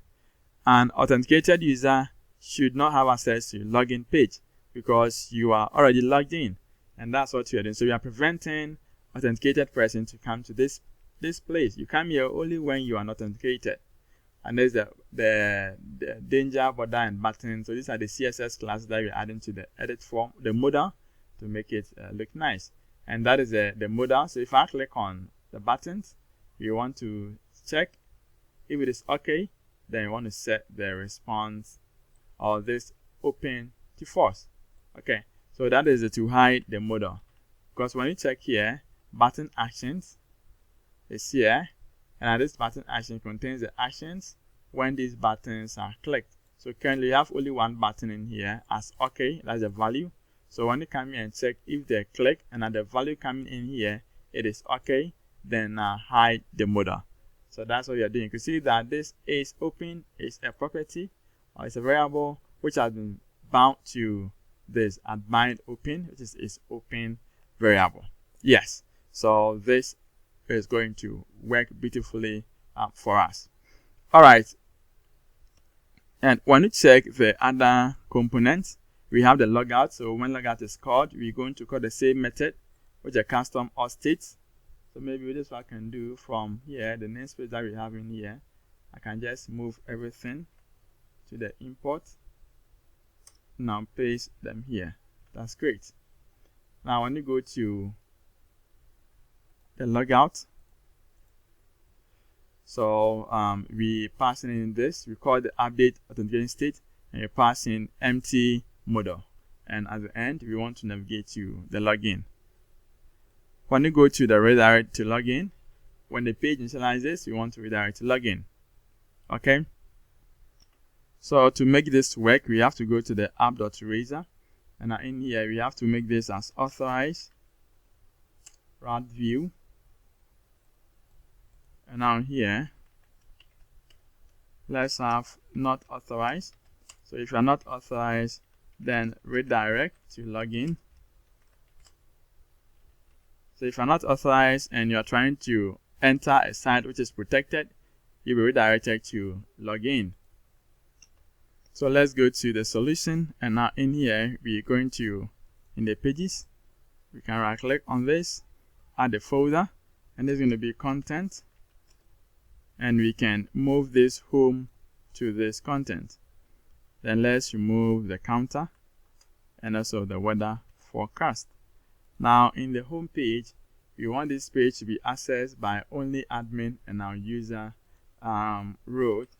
So let's say anyone who is attached to any of these rows can have access to this content, else you cannot have access to this. Okay, so now we're going to build everything and we're going to test this out. We're going to log in. You know that we have an account already as an admin, so we should log in and we can redirect to this home. We can see the nav menu that we created, which is available for admin user only. So let's check it out. We're going to build this. So let's set our web UI as a startup. We're going to run this. Then whilst it runs, we're going to also run the API. So debug, then start without debugging. So you're running both projects. You can also configure multiple startup projects in there too. Yeah, so you can see as soon as it runs, we are in the login page. But you can see we have an error here. When we check it, what does it say? We have to include, you go to the www folder. In that, in the index.html, we're going to add our model. So let's add the model, that is the JS file, and now this should work now. Now let's try to log in. So admin@admin.com, admin@123. As you can see from here, you can just hide and I'll check it out. We still have an issue here. Let's see. Let's click on login and I'll check it out. So you can see that we are in. Yes, you can see now as an admin, I can get records. That is a home page. I can add user. I can now see list of user. So you can see I can manage as an administrator. If I check, inspect this from the application, when you check the local storage, and you can see we have X key. Now this key has been encrypted because it is model. But you see we have this encrypted key, which comprises of the token and the refresh token, and that is the work of the package that I created. Okay, so now this is working. Login is working, and now if I click on logout, let's see if it's going to remove this. Yes, we see that remove it. We are going to the login page again. We are in. You can also again log in, and we go back again. So you see our login is now working. Yes, beautifully, it's working, and our refresh token is also going to work. Okay, it's also going to work. All right, so now that we have this, and that's what we're going to do here is you see these buttons: add user, list user, and our records. We're going to implement this in here. Let's have a look on how to do it. All right, so let's clear all these tabs. Now what we're going to do here is we want to list the users that we have, and also we want the administrator to add the user. So our administrator should create user and can also change the user role. Let's actually add these features. So in the account, we're going to add a folder to this, and I will name it as administration. In that we have two components. Let me just close this. So in that you have two components, register page and user page. So for register page, there's a route that we have in here. We are using an edit form, and this edit form we are having just the component of the DTO that we created. Create admin or create user. We have the name. If we check this, we have the name. We have the password, confirm password. We have the email. And now here we have an input select option that the user can select row. So in this, we need to get the row here, and I'll loop through the row as you see here. So the administrator can select row for this current user. And we have the create account button. So just a simple form which has, I think, 4 components used. We have the name, the email, the row, and confirm password. Okay, then you have the validation summary. So I believe you can build something similar to this.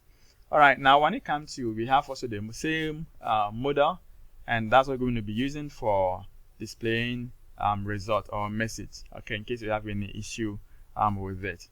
Okay, now when it comes down here, it is actually the same.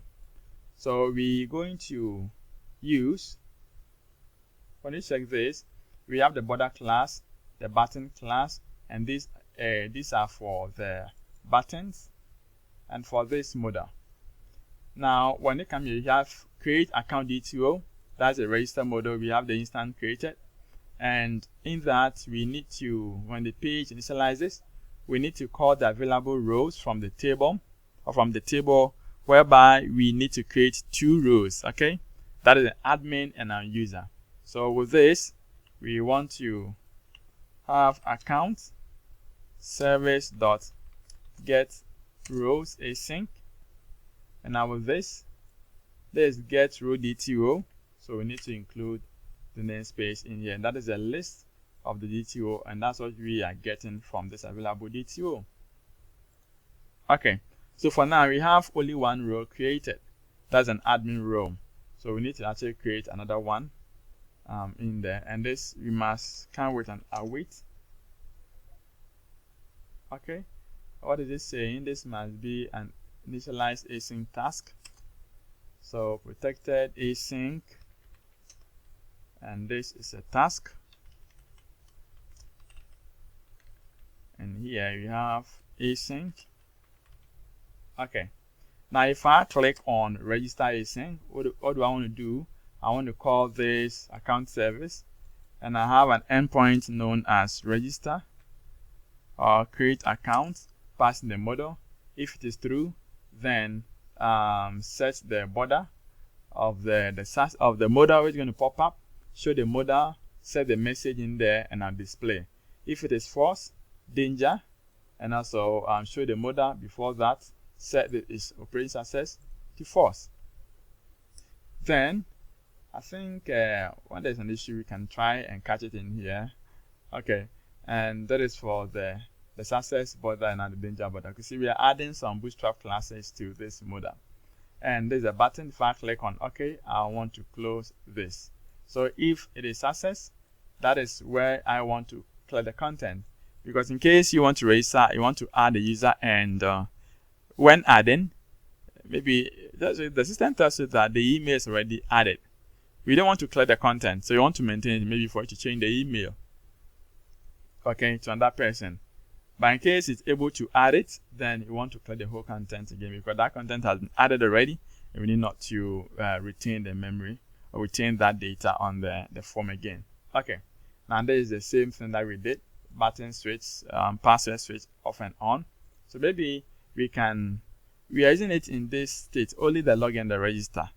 So that's why I did not create a class or maybe a state for that. If not, you could have created a state to handle that. Okay, so we have this for the create account, and now when we run this, user can now create account, or administrator can now create account for user, and now select available role. Okay, let's check this out.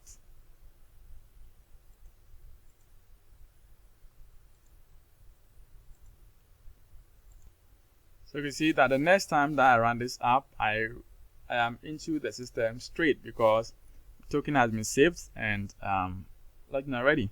So if I click on add user, we are in here, and you can see we have only one user created. That's an admin user. Okay, so you can actually select this when creating an account.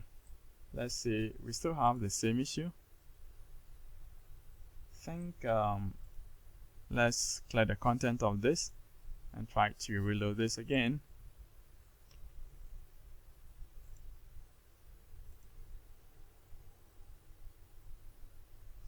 So I have filled the form, and I'm going to create an account as an admin.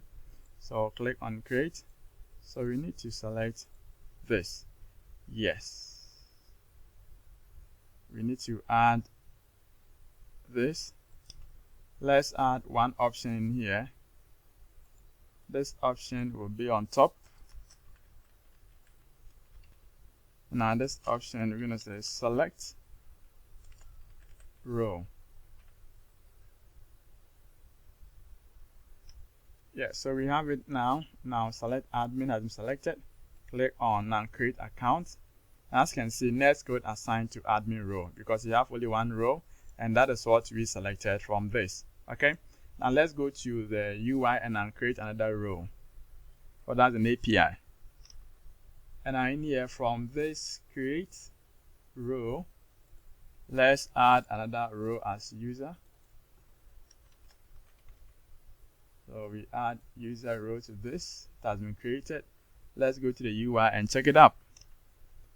Now let's reload the app. And you can see that we have the user row in here. So let's also add user. So this is thread, and I'm going to say this is user@user.com. Now for I'm going to select user. Password is user@123, then user@123.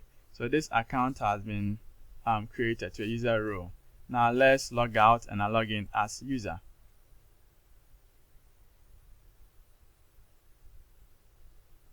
So log in as user. And you can see the user cannot see add user, list users, and etc. because this is user. So all you can see here, it is only the record, and you can just log out. If I log in as admin 1, the other admin that I created, I can also see everything because I am admin, and I have a row of an admin row, and I must see what admin can also see exactly. Okay, good. So now let's go in there and I'll list all users. So we've worked on this add user. Now you can now add user. Let's click on list users. So if I want to list users, what can I do? Let's have a table. That's the Netcode-Hub data grid table. Let's display the users in there. So we need to create another component and name it as user page, and that is the route, as you can see from here. Administration, account, identity, and our users. This page must be visible or available to only user with an admin role.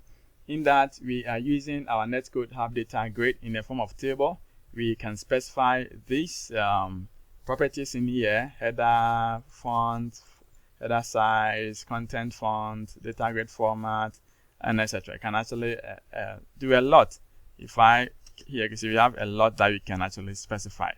In that, you have header template, and what that needs to do here is specify your header in the table header tags. Then you have a content template. We are looping through our users, and I need that we create a table row, and I need that we have a table data. And within this, we are looping through a default rows from the row, and now we want to cache the row in here, and we want to get the current user row. So in there, we have an option in here, and the type here is selected. And this selected, we want to assign to this row value. Okay. Now this row value that we have in here, it is coming from this. We're saying that the user has only a row. So when looping through the whole list of rows, caching that specific row over here, assign it. So that's why we have the selected row. Okay. So initially, when it is loading, the selected row is null, but as soon as it starts to loop through the row, it gets the first row and I'm caching here, and you're going to do that until the whole list is finished looped. So we have it in here, and we're checking. We want to exclude the users row from the list because here user is going to administrator is going to manage it. We don't want the administrator to manage himself. Okay, like I want to change my own row. No. So we want to hide that. But if you want to leave that one too, you can just remove this one and I'll maintain only this. Now for us to get the username and also the row name and now the user email that the admin want to assign or remove, we have to use this so we can get the row name and now the user email. So when it gets to the code section, we are going to split them. We take the first one as the row name. The second one is going to be the user email. We display the row name in here. Okay, so that's what we are doing, just the Netcode-Hub data grid, and that is exactly what we are doing in here. Okay. Now, when we come down here, we have our tote service. Now, this tote, we must inject the namespace. So, inject tote service. And now this is coming from the Netcode-Hub packages. We say tote service. So within that tote service, we're making a reference of this tote service.tote component from this tote service that we have injected. And also, we have this icon class and now persist, and then the duration too has been specified. Okay. Now get users with row async DTO. So this has to come from the DTOs, and get rows, we also have to get it from the default rows. We need a claim principal too from the this claims. Okay, now here we want to get the users with row. So in that, you create an instance of this. Let's say we are having the name type could not be found. Okay, so issue solved now. So we have the instance of this toast service to display toast. In that we have success, error, warning, info service that we can actually call to display. Then we have the list of users with their rows. We have the default rows also in here. Now when the app starts, we call this method or get users with rows, and this is coming from account service dot get users with row. Then okay, so we have this is going to return row. So with this, you're going to return a list of this. So let's say this is coming, and I think we can, so maybe straight ahead here we can just remove this, and I use users is equal to await authentication account service dot get users with rows. So this is going to get the admin user also and his row as well. Okay, so maybe we can remove this from here, but in order to do that, we have to create a list. So let's say that is the data that we are getting, and within that data, before we can remove, we have to turn this to a list. So that's why we have .toList, because an enumerable, and we cannot make edit in that. So we have to turn this to list. Then once you have this as a list, we can now go ahead and now remove this. We search for first or default, where the user email is equal to the current email from this. Okay, we get a name. We want to remove that data. At the end, the user list that we have, let's return it to this users list. So we can, so when we display it, we're not going to see the admin email. The admin info is hidden because it has been removed from the list, which is coming from the API. Then get default rows, we should get it from account service, and this must be an await account service or get default rows. Okay, so let's see. So let's make this as an async task, and that's also solved. Now this is to get admin information, so we can get the identity name here. So we call this method.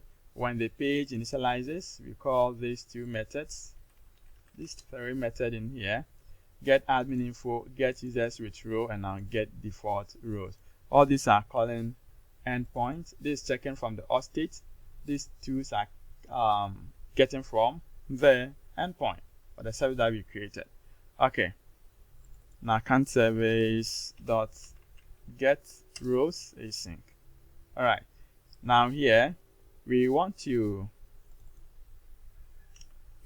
edit the user row. That is, the admin want to change the user row. So in here, we have a drop down selection, and as soon as the user select, there's going to be an event. So handle selection change. So when it changes, we want to grab the row name, we split it, we get the first one, we split it, we get the second one for the email. So now that we have the two values in here, we can call this account service dot change row. So here dot change user row, and it takes in change user row DTO. We pass in the email and then the row name. If it returns true, we want to toast the information. As you can see, toast service dot show success toast info, and then that's the results. In case it returns false too, we want to display the error to the user. So that's what we are doing. Now let's build this and let's run this also and check it out. So admin has logged in, and now list users. So available users, we have an issue here. What is the issue? Do you have an API running? Cannot provide value for virtualization service on the type. So we need to add a service. You forgot. So from the data, the web UI, let's go to the program.cs, and in here we need to add this. This is coming from Netcode-Hub packages.component, and because of the table, you know, I've made a separate video explaining what the table can do. This table supports visualization, so we need to actually add the service. So that in the near future, if you want to add visualization, it becomes very easy for you. Yes. All right, so let's run this again and check it out. Okay, so list users. So you see we have 2 users in here, Fred and admin. Now you can change. So as soon as I click on admin, I have row change, and now this user can log in as an admin. Check it out. If I log out here and I log in as user, I'm admin now. Check it out. So user, login. Yes, you can see that I'm admin now. Now I can see the data. In this case, I have admin and not netcode. My data is hidden. It is not in here. Okay, so it is hidden. So you cannot update the rest in here. So admin, you can change any of them to user. So you can see that user management also working. We can now change row, and that's the feature that we've added. All right, so the last one that we're going to do here is the record. Okay, so we're going to perform CRUD on record. So let's see how to handle this. So we first need to create our DTOs, and DTOs should come in the domain. So in our domain, the entities, we're going to add another folder in here, and I will name it as vehicle entity. In that we have vehicle, we have vehicle brand, we have the owner. Okay, we have relationship also established. That's a one-to-many or many-to-one. So when I check this vehicle, we have the ID, the name, the description, price, and we have this vehicle owner. And now when I check this, we need to include the namespace. Okay, so vehicle owner.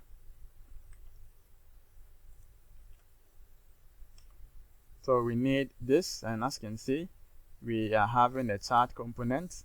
We're having a parent component. Okay, so that's the child and the parent. We're creating one-to-many. So it means that before you add vehicle, you must provide vehicle owner ID and the brand ID as well. Okay, when you go to, maybe we can find the name, the description, maybe ID and name as a base, and I inherit in both. Now when it comes to the vehicle brand to, we have the ID, the name, and the location. That is the brand. When you go to, and here we have a collection of what is vehicle.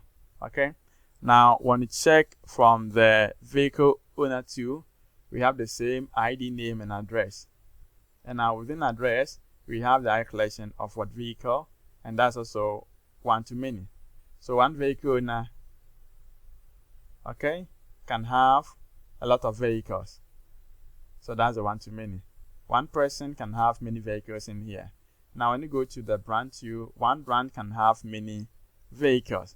So it's a one-to-many or many-to-one relationship. So you can see that we have everything. We have name and ID. We have name and ID, isn't it? So maybe this is what we can do. We can just take this name and ID as a base class. Then we can just create one in here as a base class. So add this as base. So let's say this is the base class. Now let's put this name and ID in here. This must be public. And now with this base class, we go to, you copy this, we go to the vehicle, we can remove this and inherit from this. We do the same to the other ones. So we have to remove this, inherit,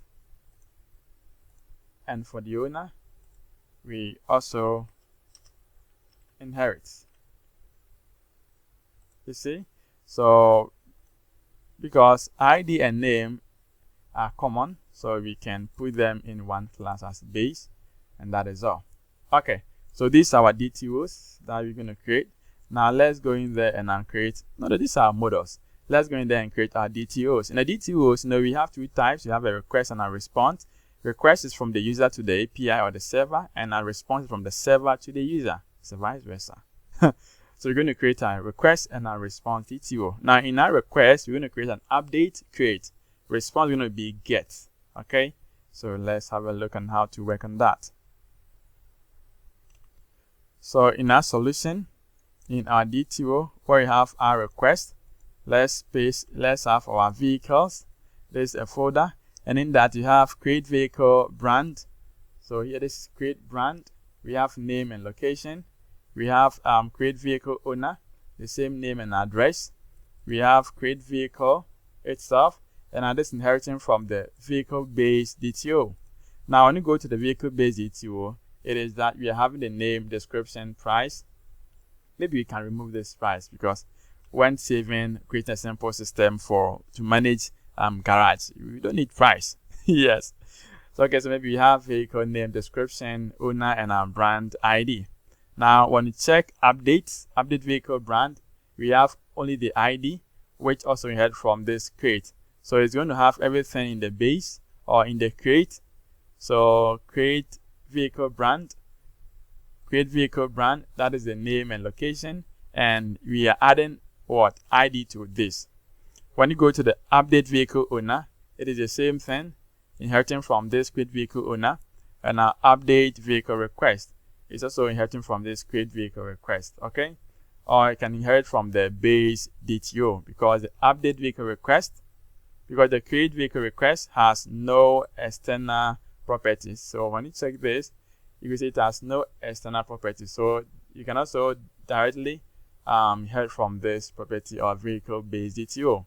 Anyone that you decide to use it works fine. So no problem. All right. Now these are requests. Now let's go in for our response. So in our response, we have vehicles, and I can see we have get vehicle brand, in that you have ID, and you can see you have the relationship established in here. Let's remove this. And when you check the next one, get vehicle owner, it is the same thing. We have the relationship also specified. Okay, so that is it. And when you check that, so you see we have get vehicle response, which takes in I collection of this vehicle response, and now we have the ID specified in here, which also takes in from the create vehicle owner request. Okay, now this request takes in, I think, name and our address, so we are adding ID to that. And so we have these three response DTOs for this vehicle. All right, so we have our DTOs created. Now the next thing I have to do here is register or create our DB set in the app.setting.json, not the app.setting.json, app.db context. So go to the infrastructure, the app.db context class, and now let's specify it in here. So we're going to have our DB set for vehicle brand, and our vehicle owner, and these are the respective table names. Okay, good. Now we're going to apply migration to get this done. Let's build this project again.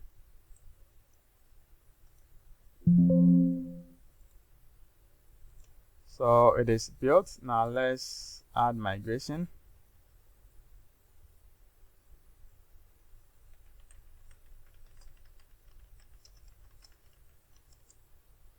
Oh, we should have selected this infrastructure, set this to API before we do this.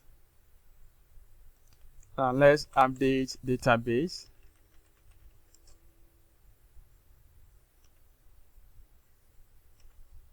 Yeah, so this is done. So what we're going to do here is we're going to create our repo for this. Let's go to application and create our contract or interface. So create a class, and I'll name it as iVehicle. Well, you can give it any name of your choice. Okay, now in the application we have an interface or contract, and I'm going to add iVehicle.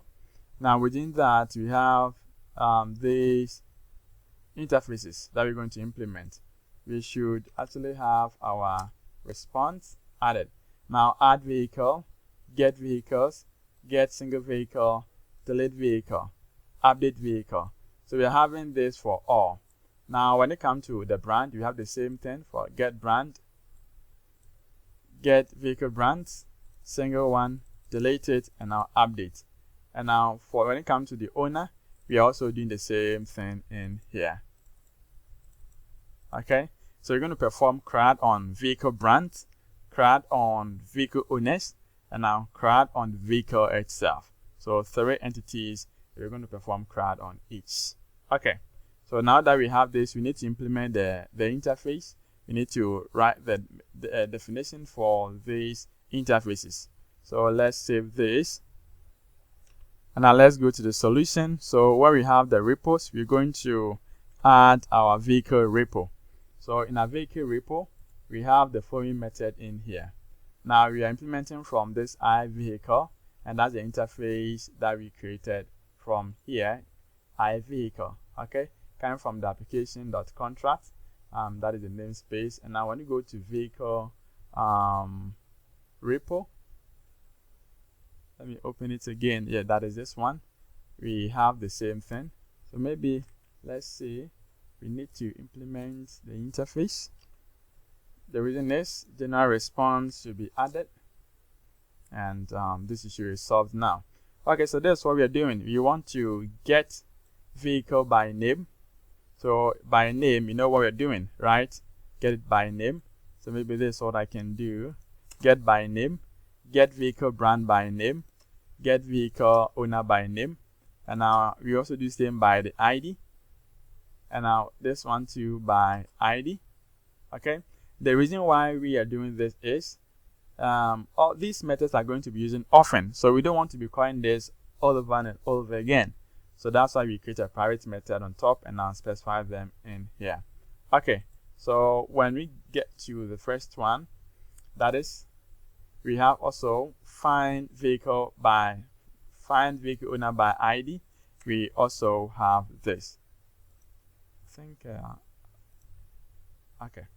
Now when you check here, we have save changes, and we call this save change because we're going to be calling this line of code a lot. You can actually call only one in here, this one, await this, or you can be calling context or save changes as well. Depends on you. Now when you get to, we have null response. If it is null, we want to return this response to the user. In case it already exists, we want to return this response. And in operation success, you want to also return this response. We're going to be using this response often. So that's the reason why we extract all these and now put them here. Okay, now let's go to the method. So that's an add. Now if I want to add, we first want to find the name.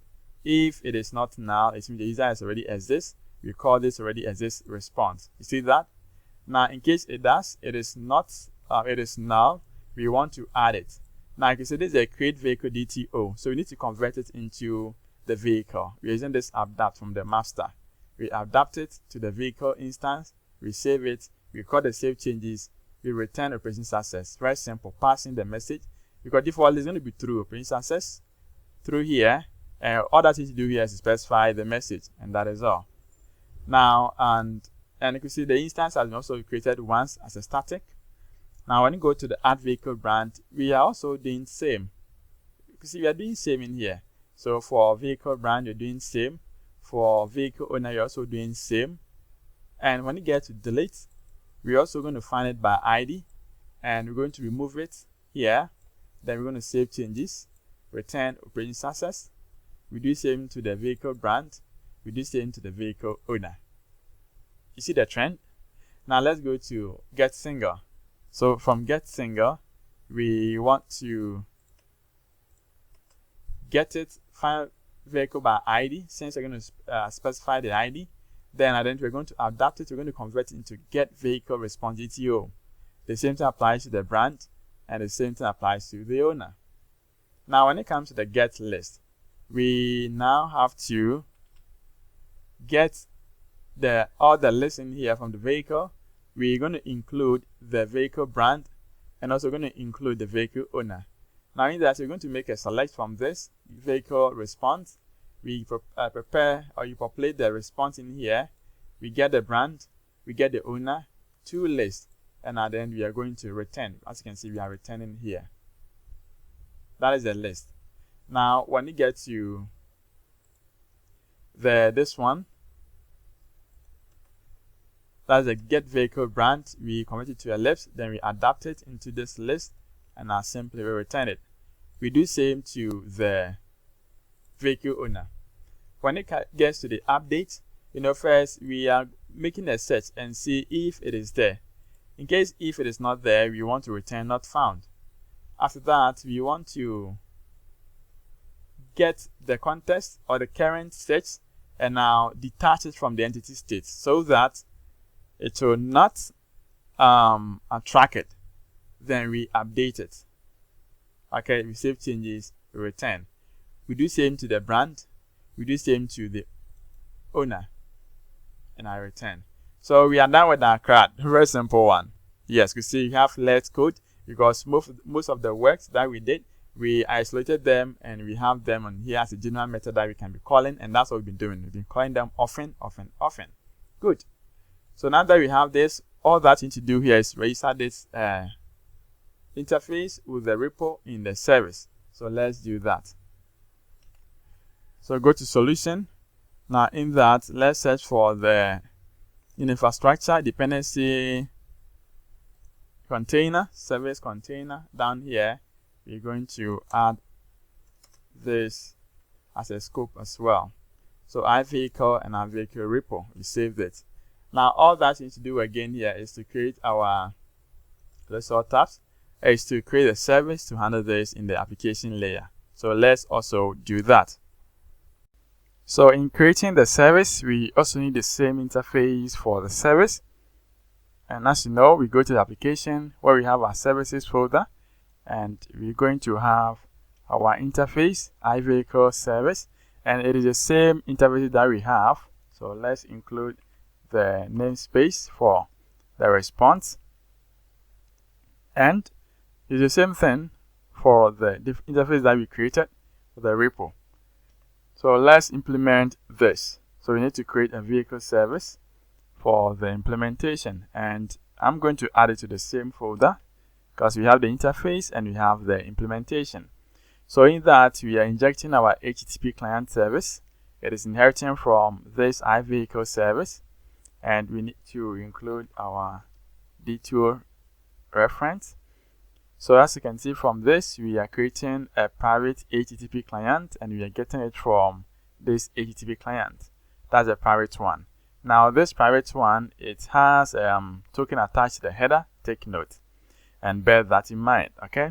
Now in here, we are also checking a response in here, and that's a way to get a response to check if the status code is success.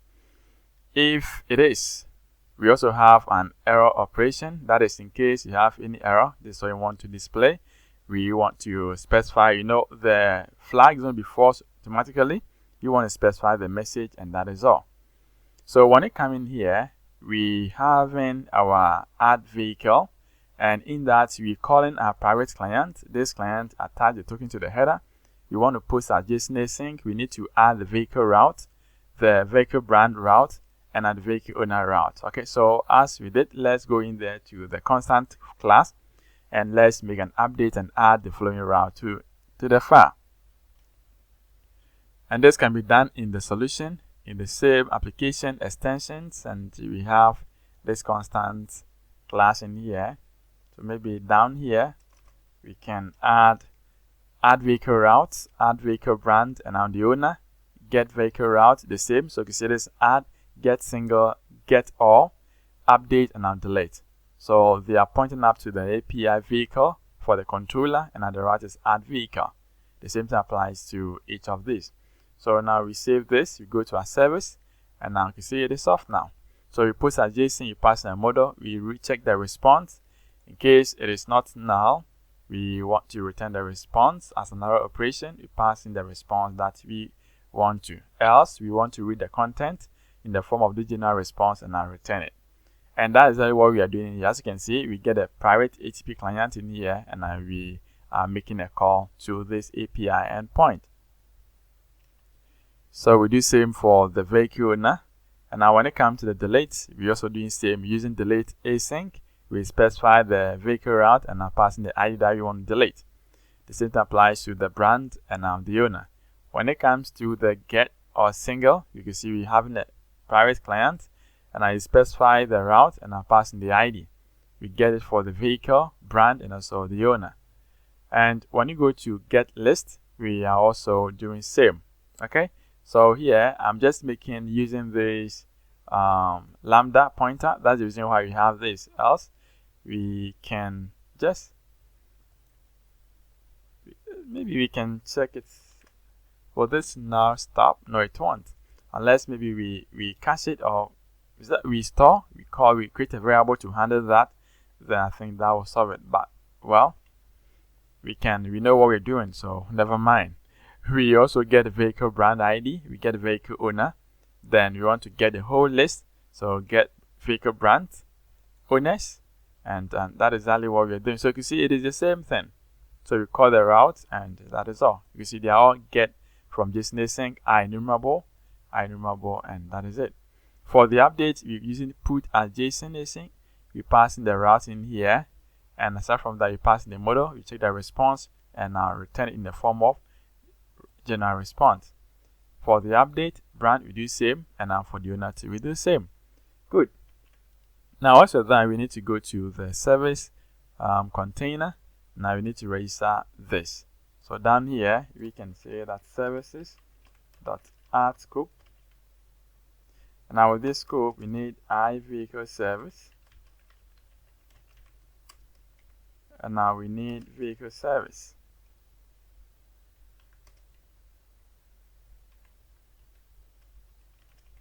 Good. So now we are done with this. So now let's go to the UI, and now we're going to do everything in one component. We're going to perform the CRUD in one component. So let's go to the UI, and in the home component, that is where you want to do this. You know, the roles that we are going to admit or accept is the admin and our user. That's great. Okay, so let's have our code section down in here. And in our code section, first thing we're going to be using Toast and also modal. So definitely we must have this modal title because we're going to be using an update and now add. So we want to change the title dynamically. We have a border class, and that's for the model. We have is open for the model, and now Toast duration. So you want to make it maybe 1,000, 2,000 milliseconds. You can pass in there. Aside from that, we need to create confirmation. We need this confirmation dialog component, and now this is coming from Netcode-Hub packages.modal.confirmation.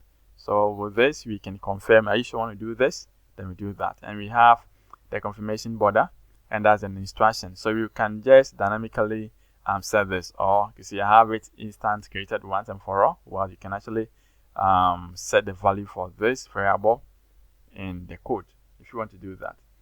In that, we need to create an instance for create brand, create DTO, brand, vehicle, and also owner. So as you can see, or as you know already, we need to inject the reference for this. We have create vehicle, we create an instance of this. Since we're going to be using modal, okay? Edit form, that's the right thing. Aside from that, we're also going to get the whole list. So we need to create a list of this. I'm using an IEnumerable because we're going to get this list, and this list are not going to be authored. So we want to get them from database straight and display them. So let's use the response, and now we also have this in here. Alright, now when the page loads, what do you want to do? We want to actually populate these services, get them from the API, and I'll set them to the UI. So that's what we are doing. We get them from the API, then we set them to the UI. Before that, we need to inject our that is our service. So we can copy one of these. We go to the solution, and let's find the import.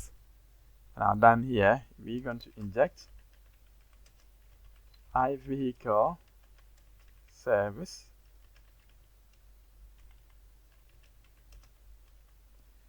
Then we create an instance as vehicle service, so we can include the namespace for this, and that is all.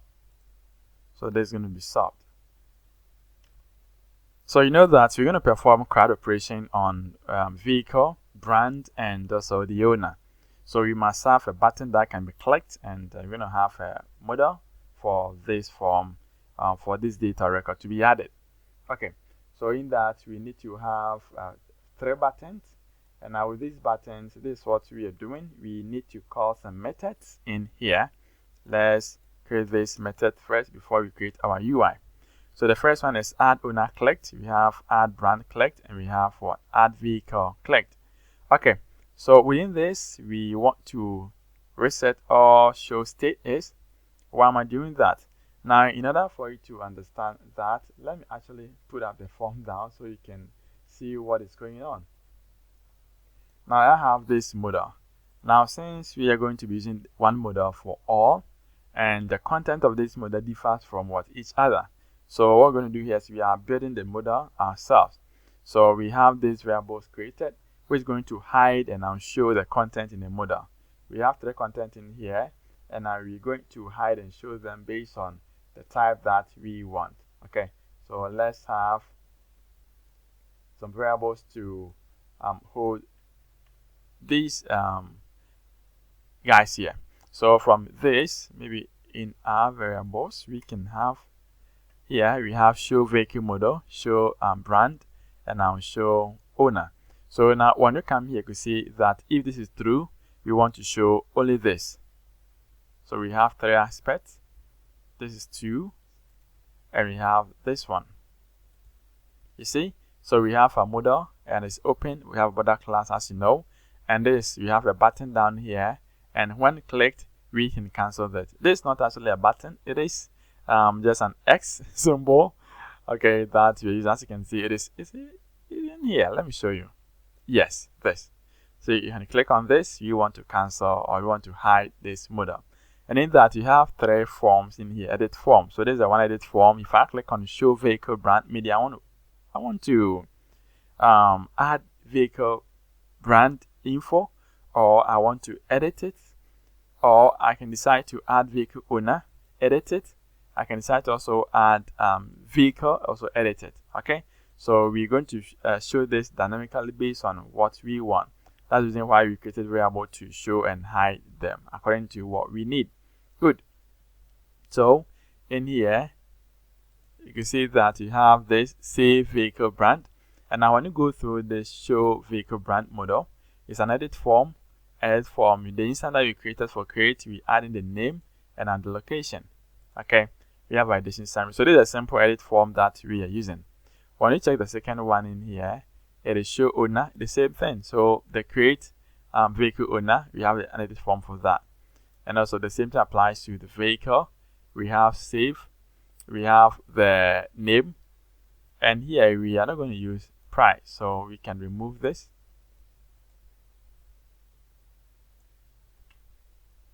So we have the name, we have description, we have the brand, which needs to be selected, because in this we need to add vehicle brand, we need to add vehicle owner. So we loop into the list in here, and now we're getting the content here. So we can have a drop down selection of these. Okay, so maybe we can check if this is not null to skip all these future errors. So we're going to say if this is not equal to null, that is where we want to handle this. We want to loop through this, so we can put this in here. You can also do the same to this.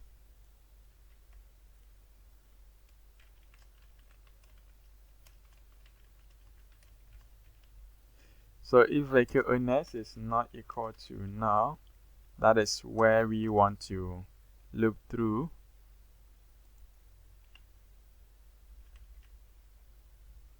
Okay, let me remove this.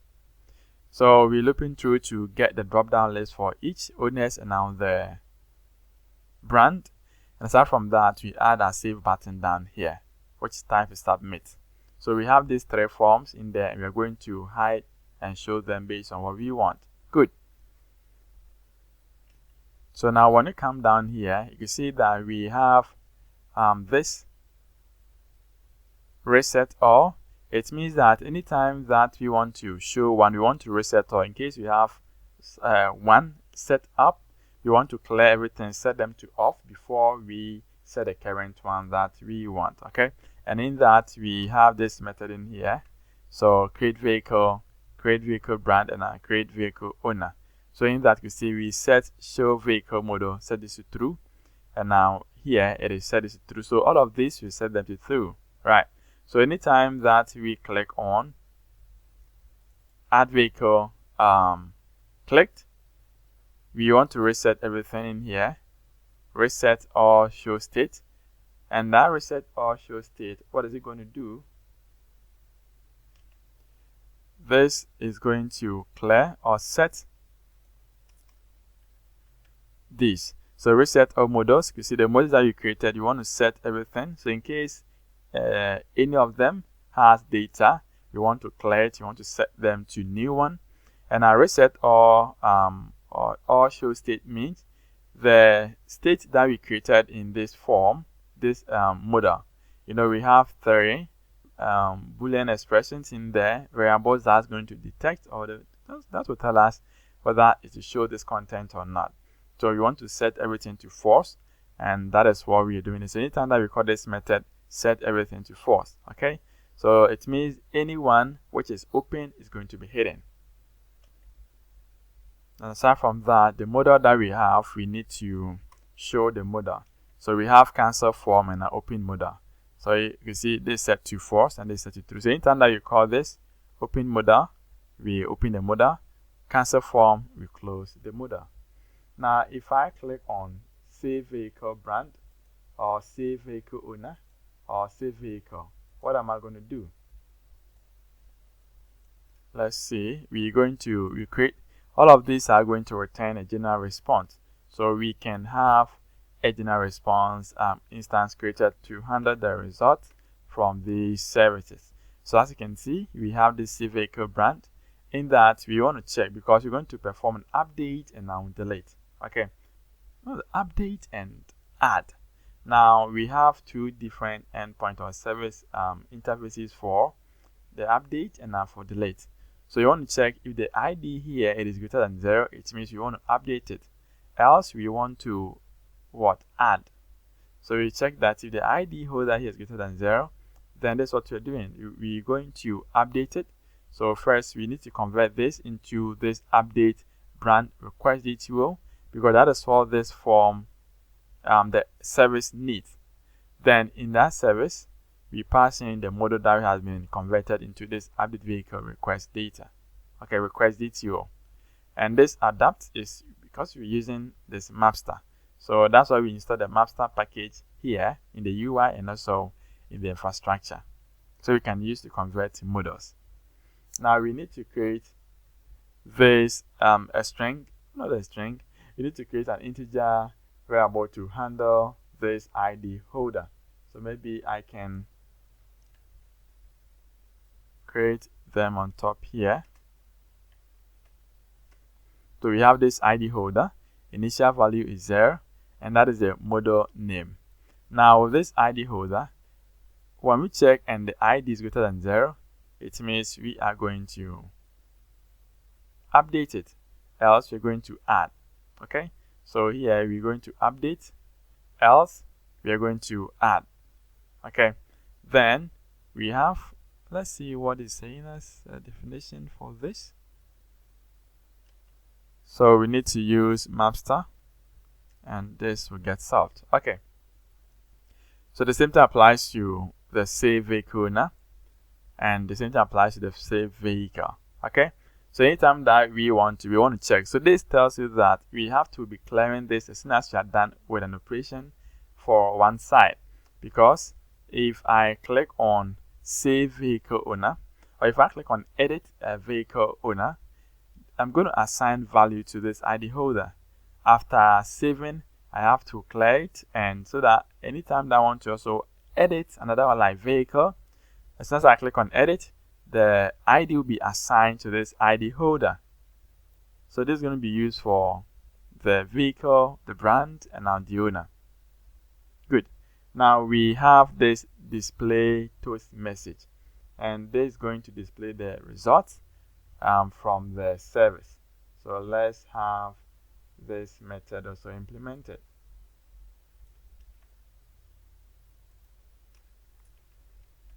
So in here, this is what we are doing. It's taking in what the general response, And now within this, we're checking the model name. So here you want to check, because we don't want to, anytime that I update or that I create a record for maybe vehicle, I don't want to reload the vehicle owner and the vehicle brand, because I haven't added any data to the owner and the brand. I just added to the vehicle. So I need to call the service for the vehicle only to get the list.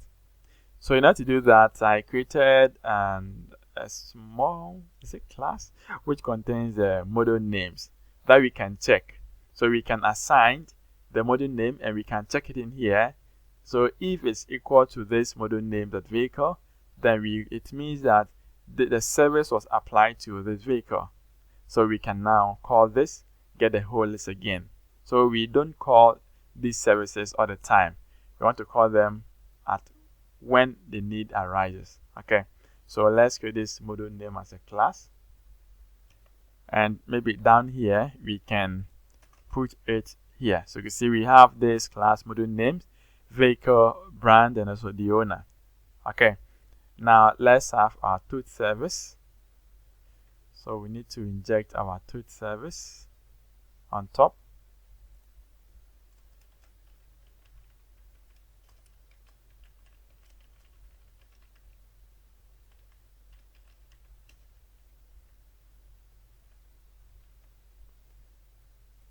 So let's inject the namespace, and that is what we are using to display the message. So we'll call example is here. We're going to convert it into the update request DTO. Then we're going to assign the ID in here. Then we want to update it.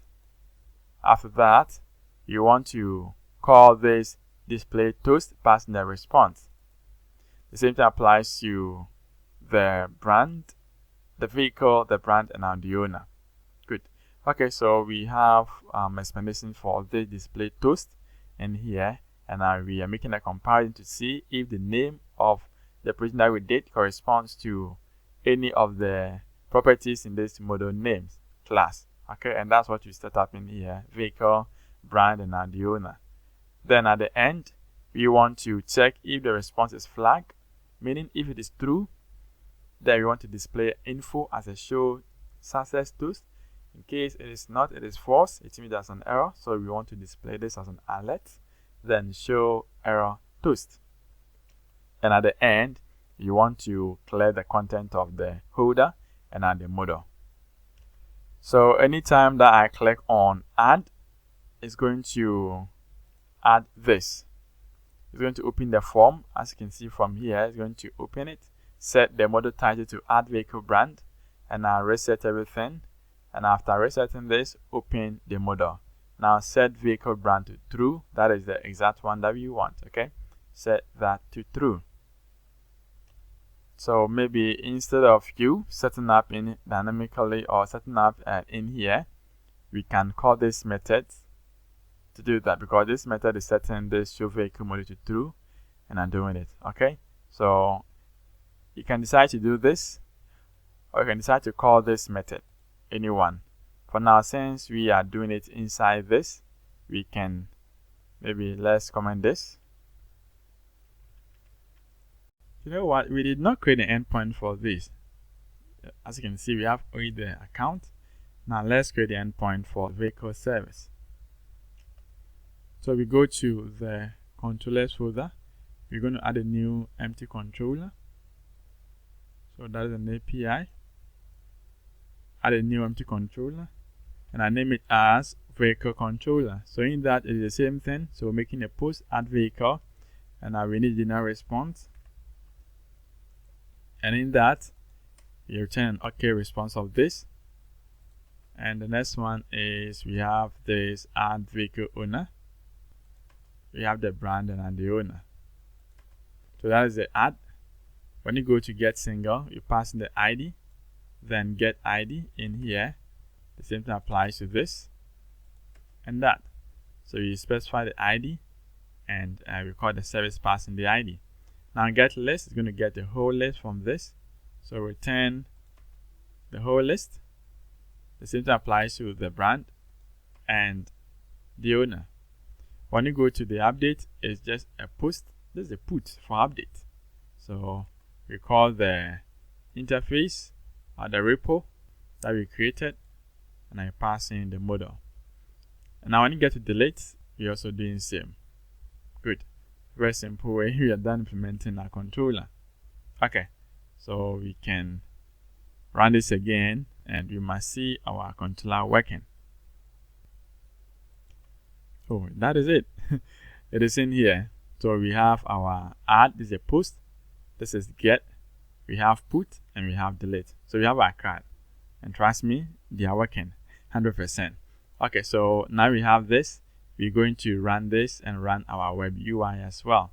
So let me set this web UI as a startup. Let me run the API.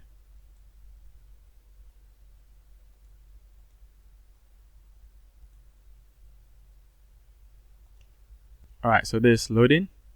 Now when this loads, we have vehicle info, and currently it is empty because we have no record in there. And since I'm logged in as an administrator, I can add user, I can get a list of users in here. Good. Now when you go to the records, let's add this. So as you can see, we have this model. As you can see from here, and I click on this, it gets hidden. I click on it again, and I have it. Okay. So let's add one and see. So vehicle name. We must first add a brand. Select brand. There's no brand selected. Owner, none. So we first have to add the brand and the owner before we can actually add this, because there's a relationship in here, and you must make sure you have the brand and the owner first before you can proceed and add the vehicle itself. So now that we've seen the UI, we can close this. Let's close the endpoint 2. Now let's create the brand and the owner. So when we go to our home, at the end of this is our row. So this, you see, we have, this is column XL12, right?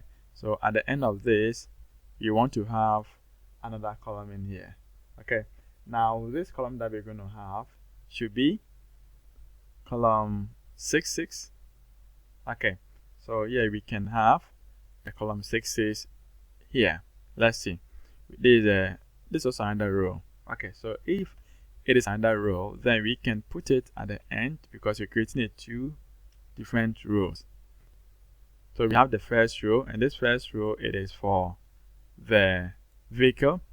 We have a second row, and the second row here, it is for the brand and the owner. So as you can see, we are dividing into 2, 6, and now here we have a card. So add brand, and this is clicked. We have this. Maybe we can remove this. Then we have the ID, name, location, and the action. Now for the action too, we can perform CRUD on this, but the admin can delete it. So the same thing. Okay, delete vehicle brand, but for edit, even user can do that.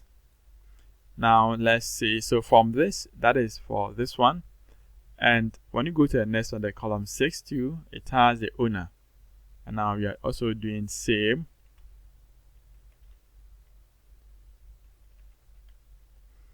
And we have the ID, name, and address.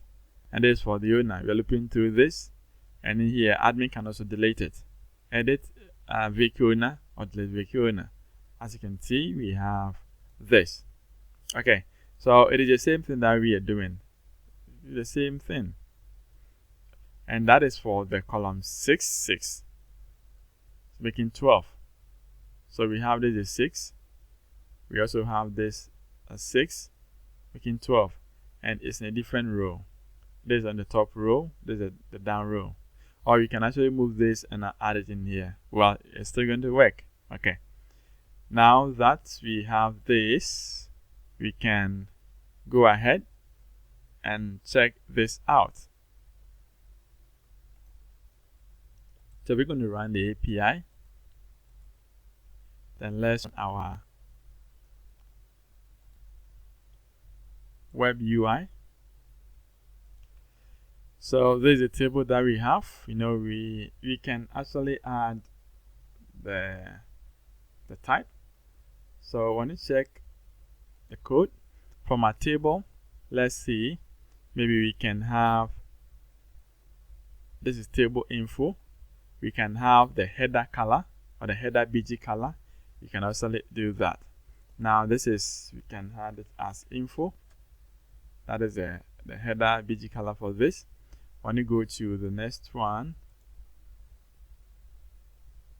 we can also, here, this is dark, and we can use the sources.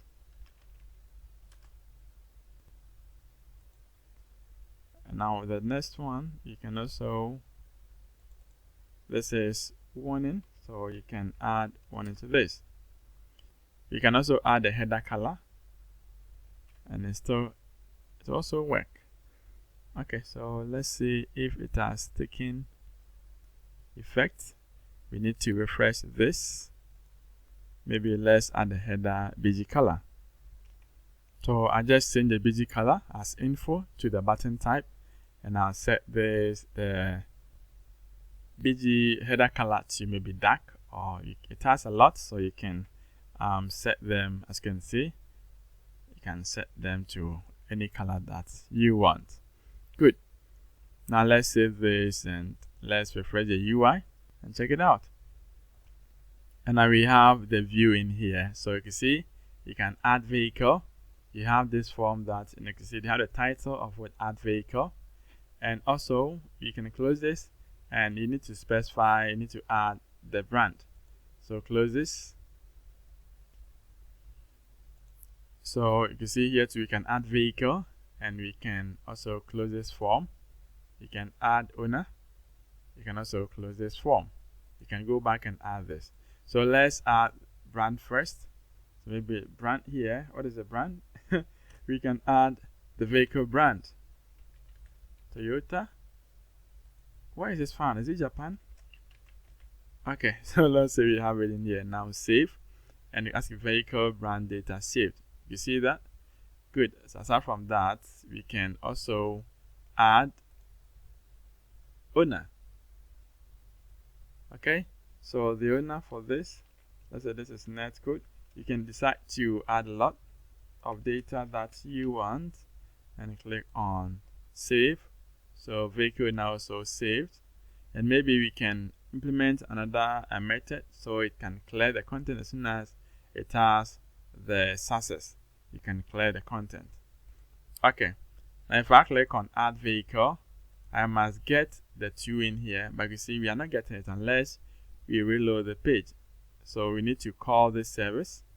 Anytime that we click on add, we need to make sure that this service has been called, so we can have access to the current content being added. Okay, so let's fix that.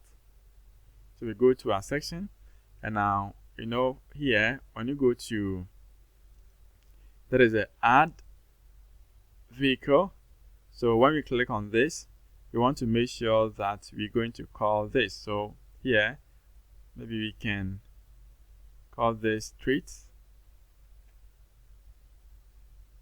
from this add. Now this is the add owner, add vehicle. We can call this street down here. Okay, this will solve the problem, but this must be an async task.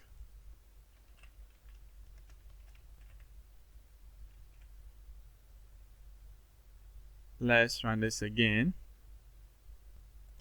and maybe to clear the content whenever the success response has been received, we go to where we're showing the toast. So display toast method, this method, and now in here, in case at the end, maybe here we can clear the content, because it's going to check after displaying everything. We want to clear the content before we display this. But I want to make sure if it is true only, that is where you want to do this.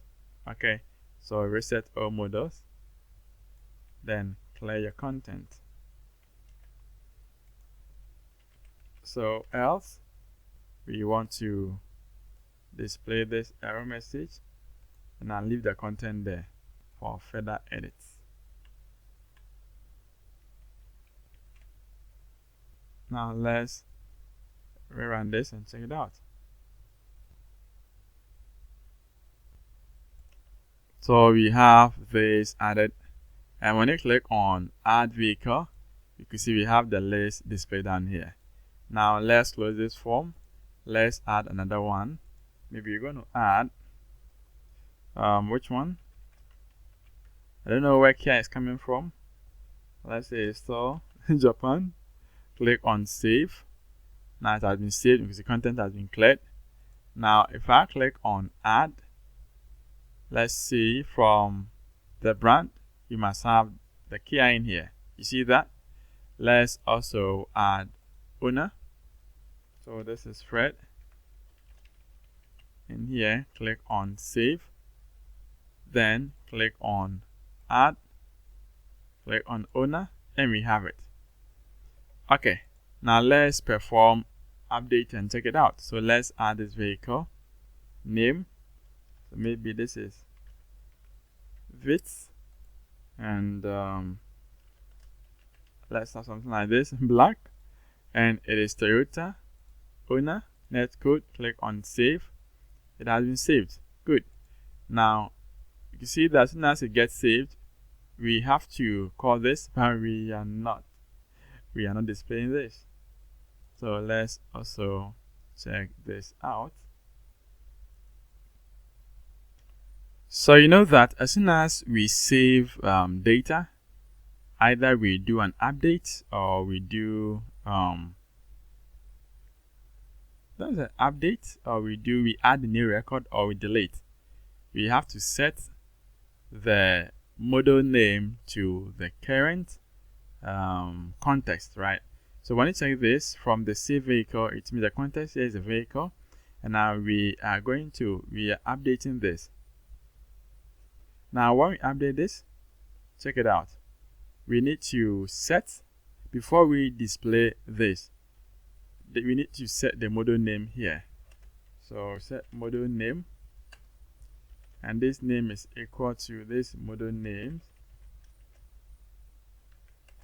dot vehicle.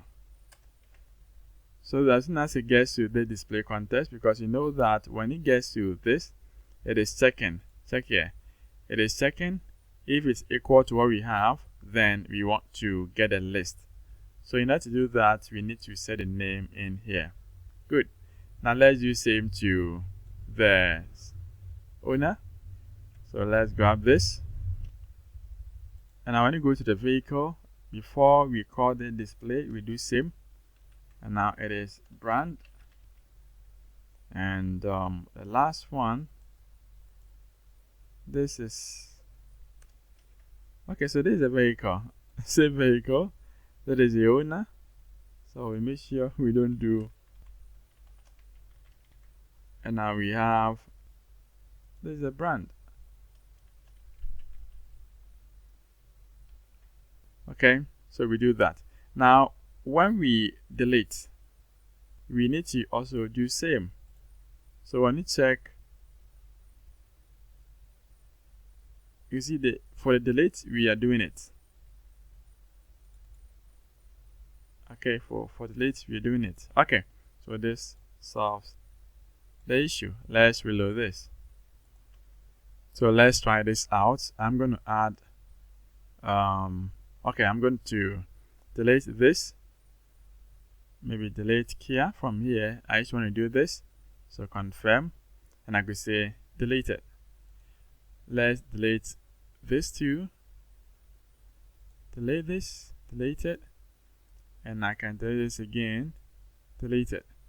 Okay, now if I click on this, let's add a new one. So brand, the same, Kia.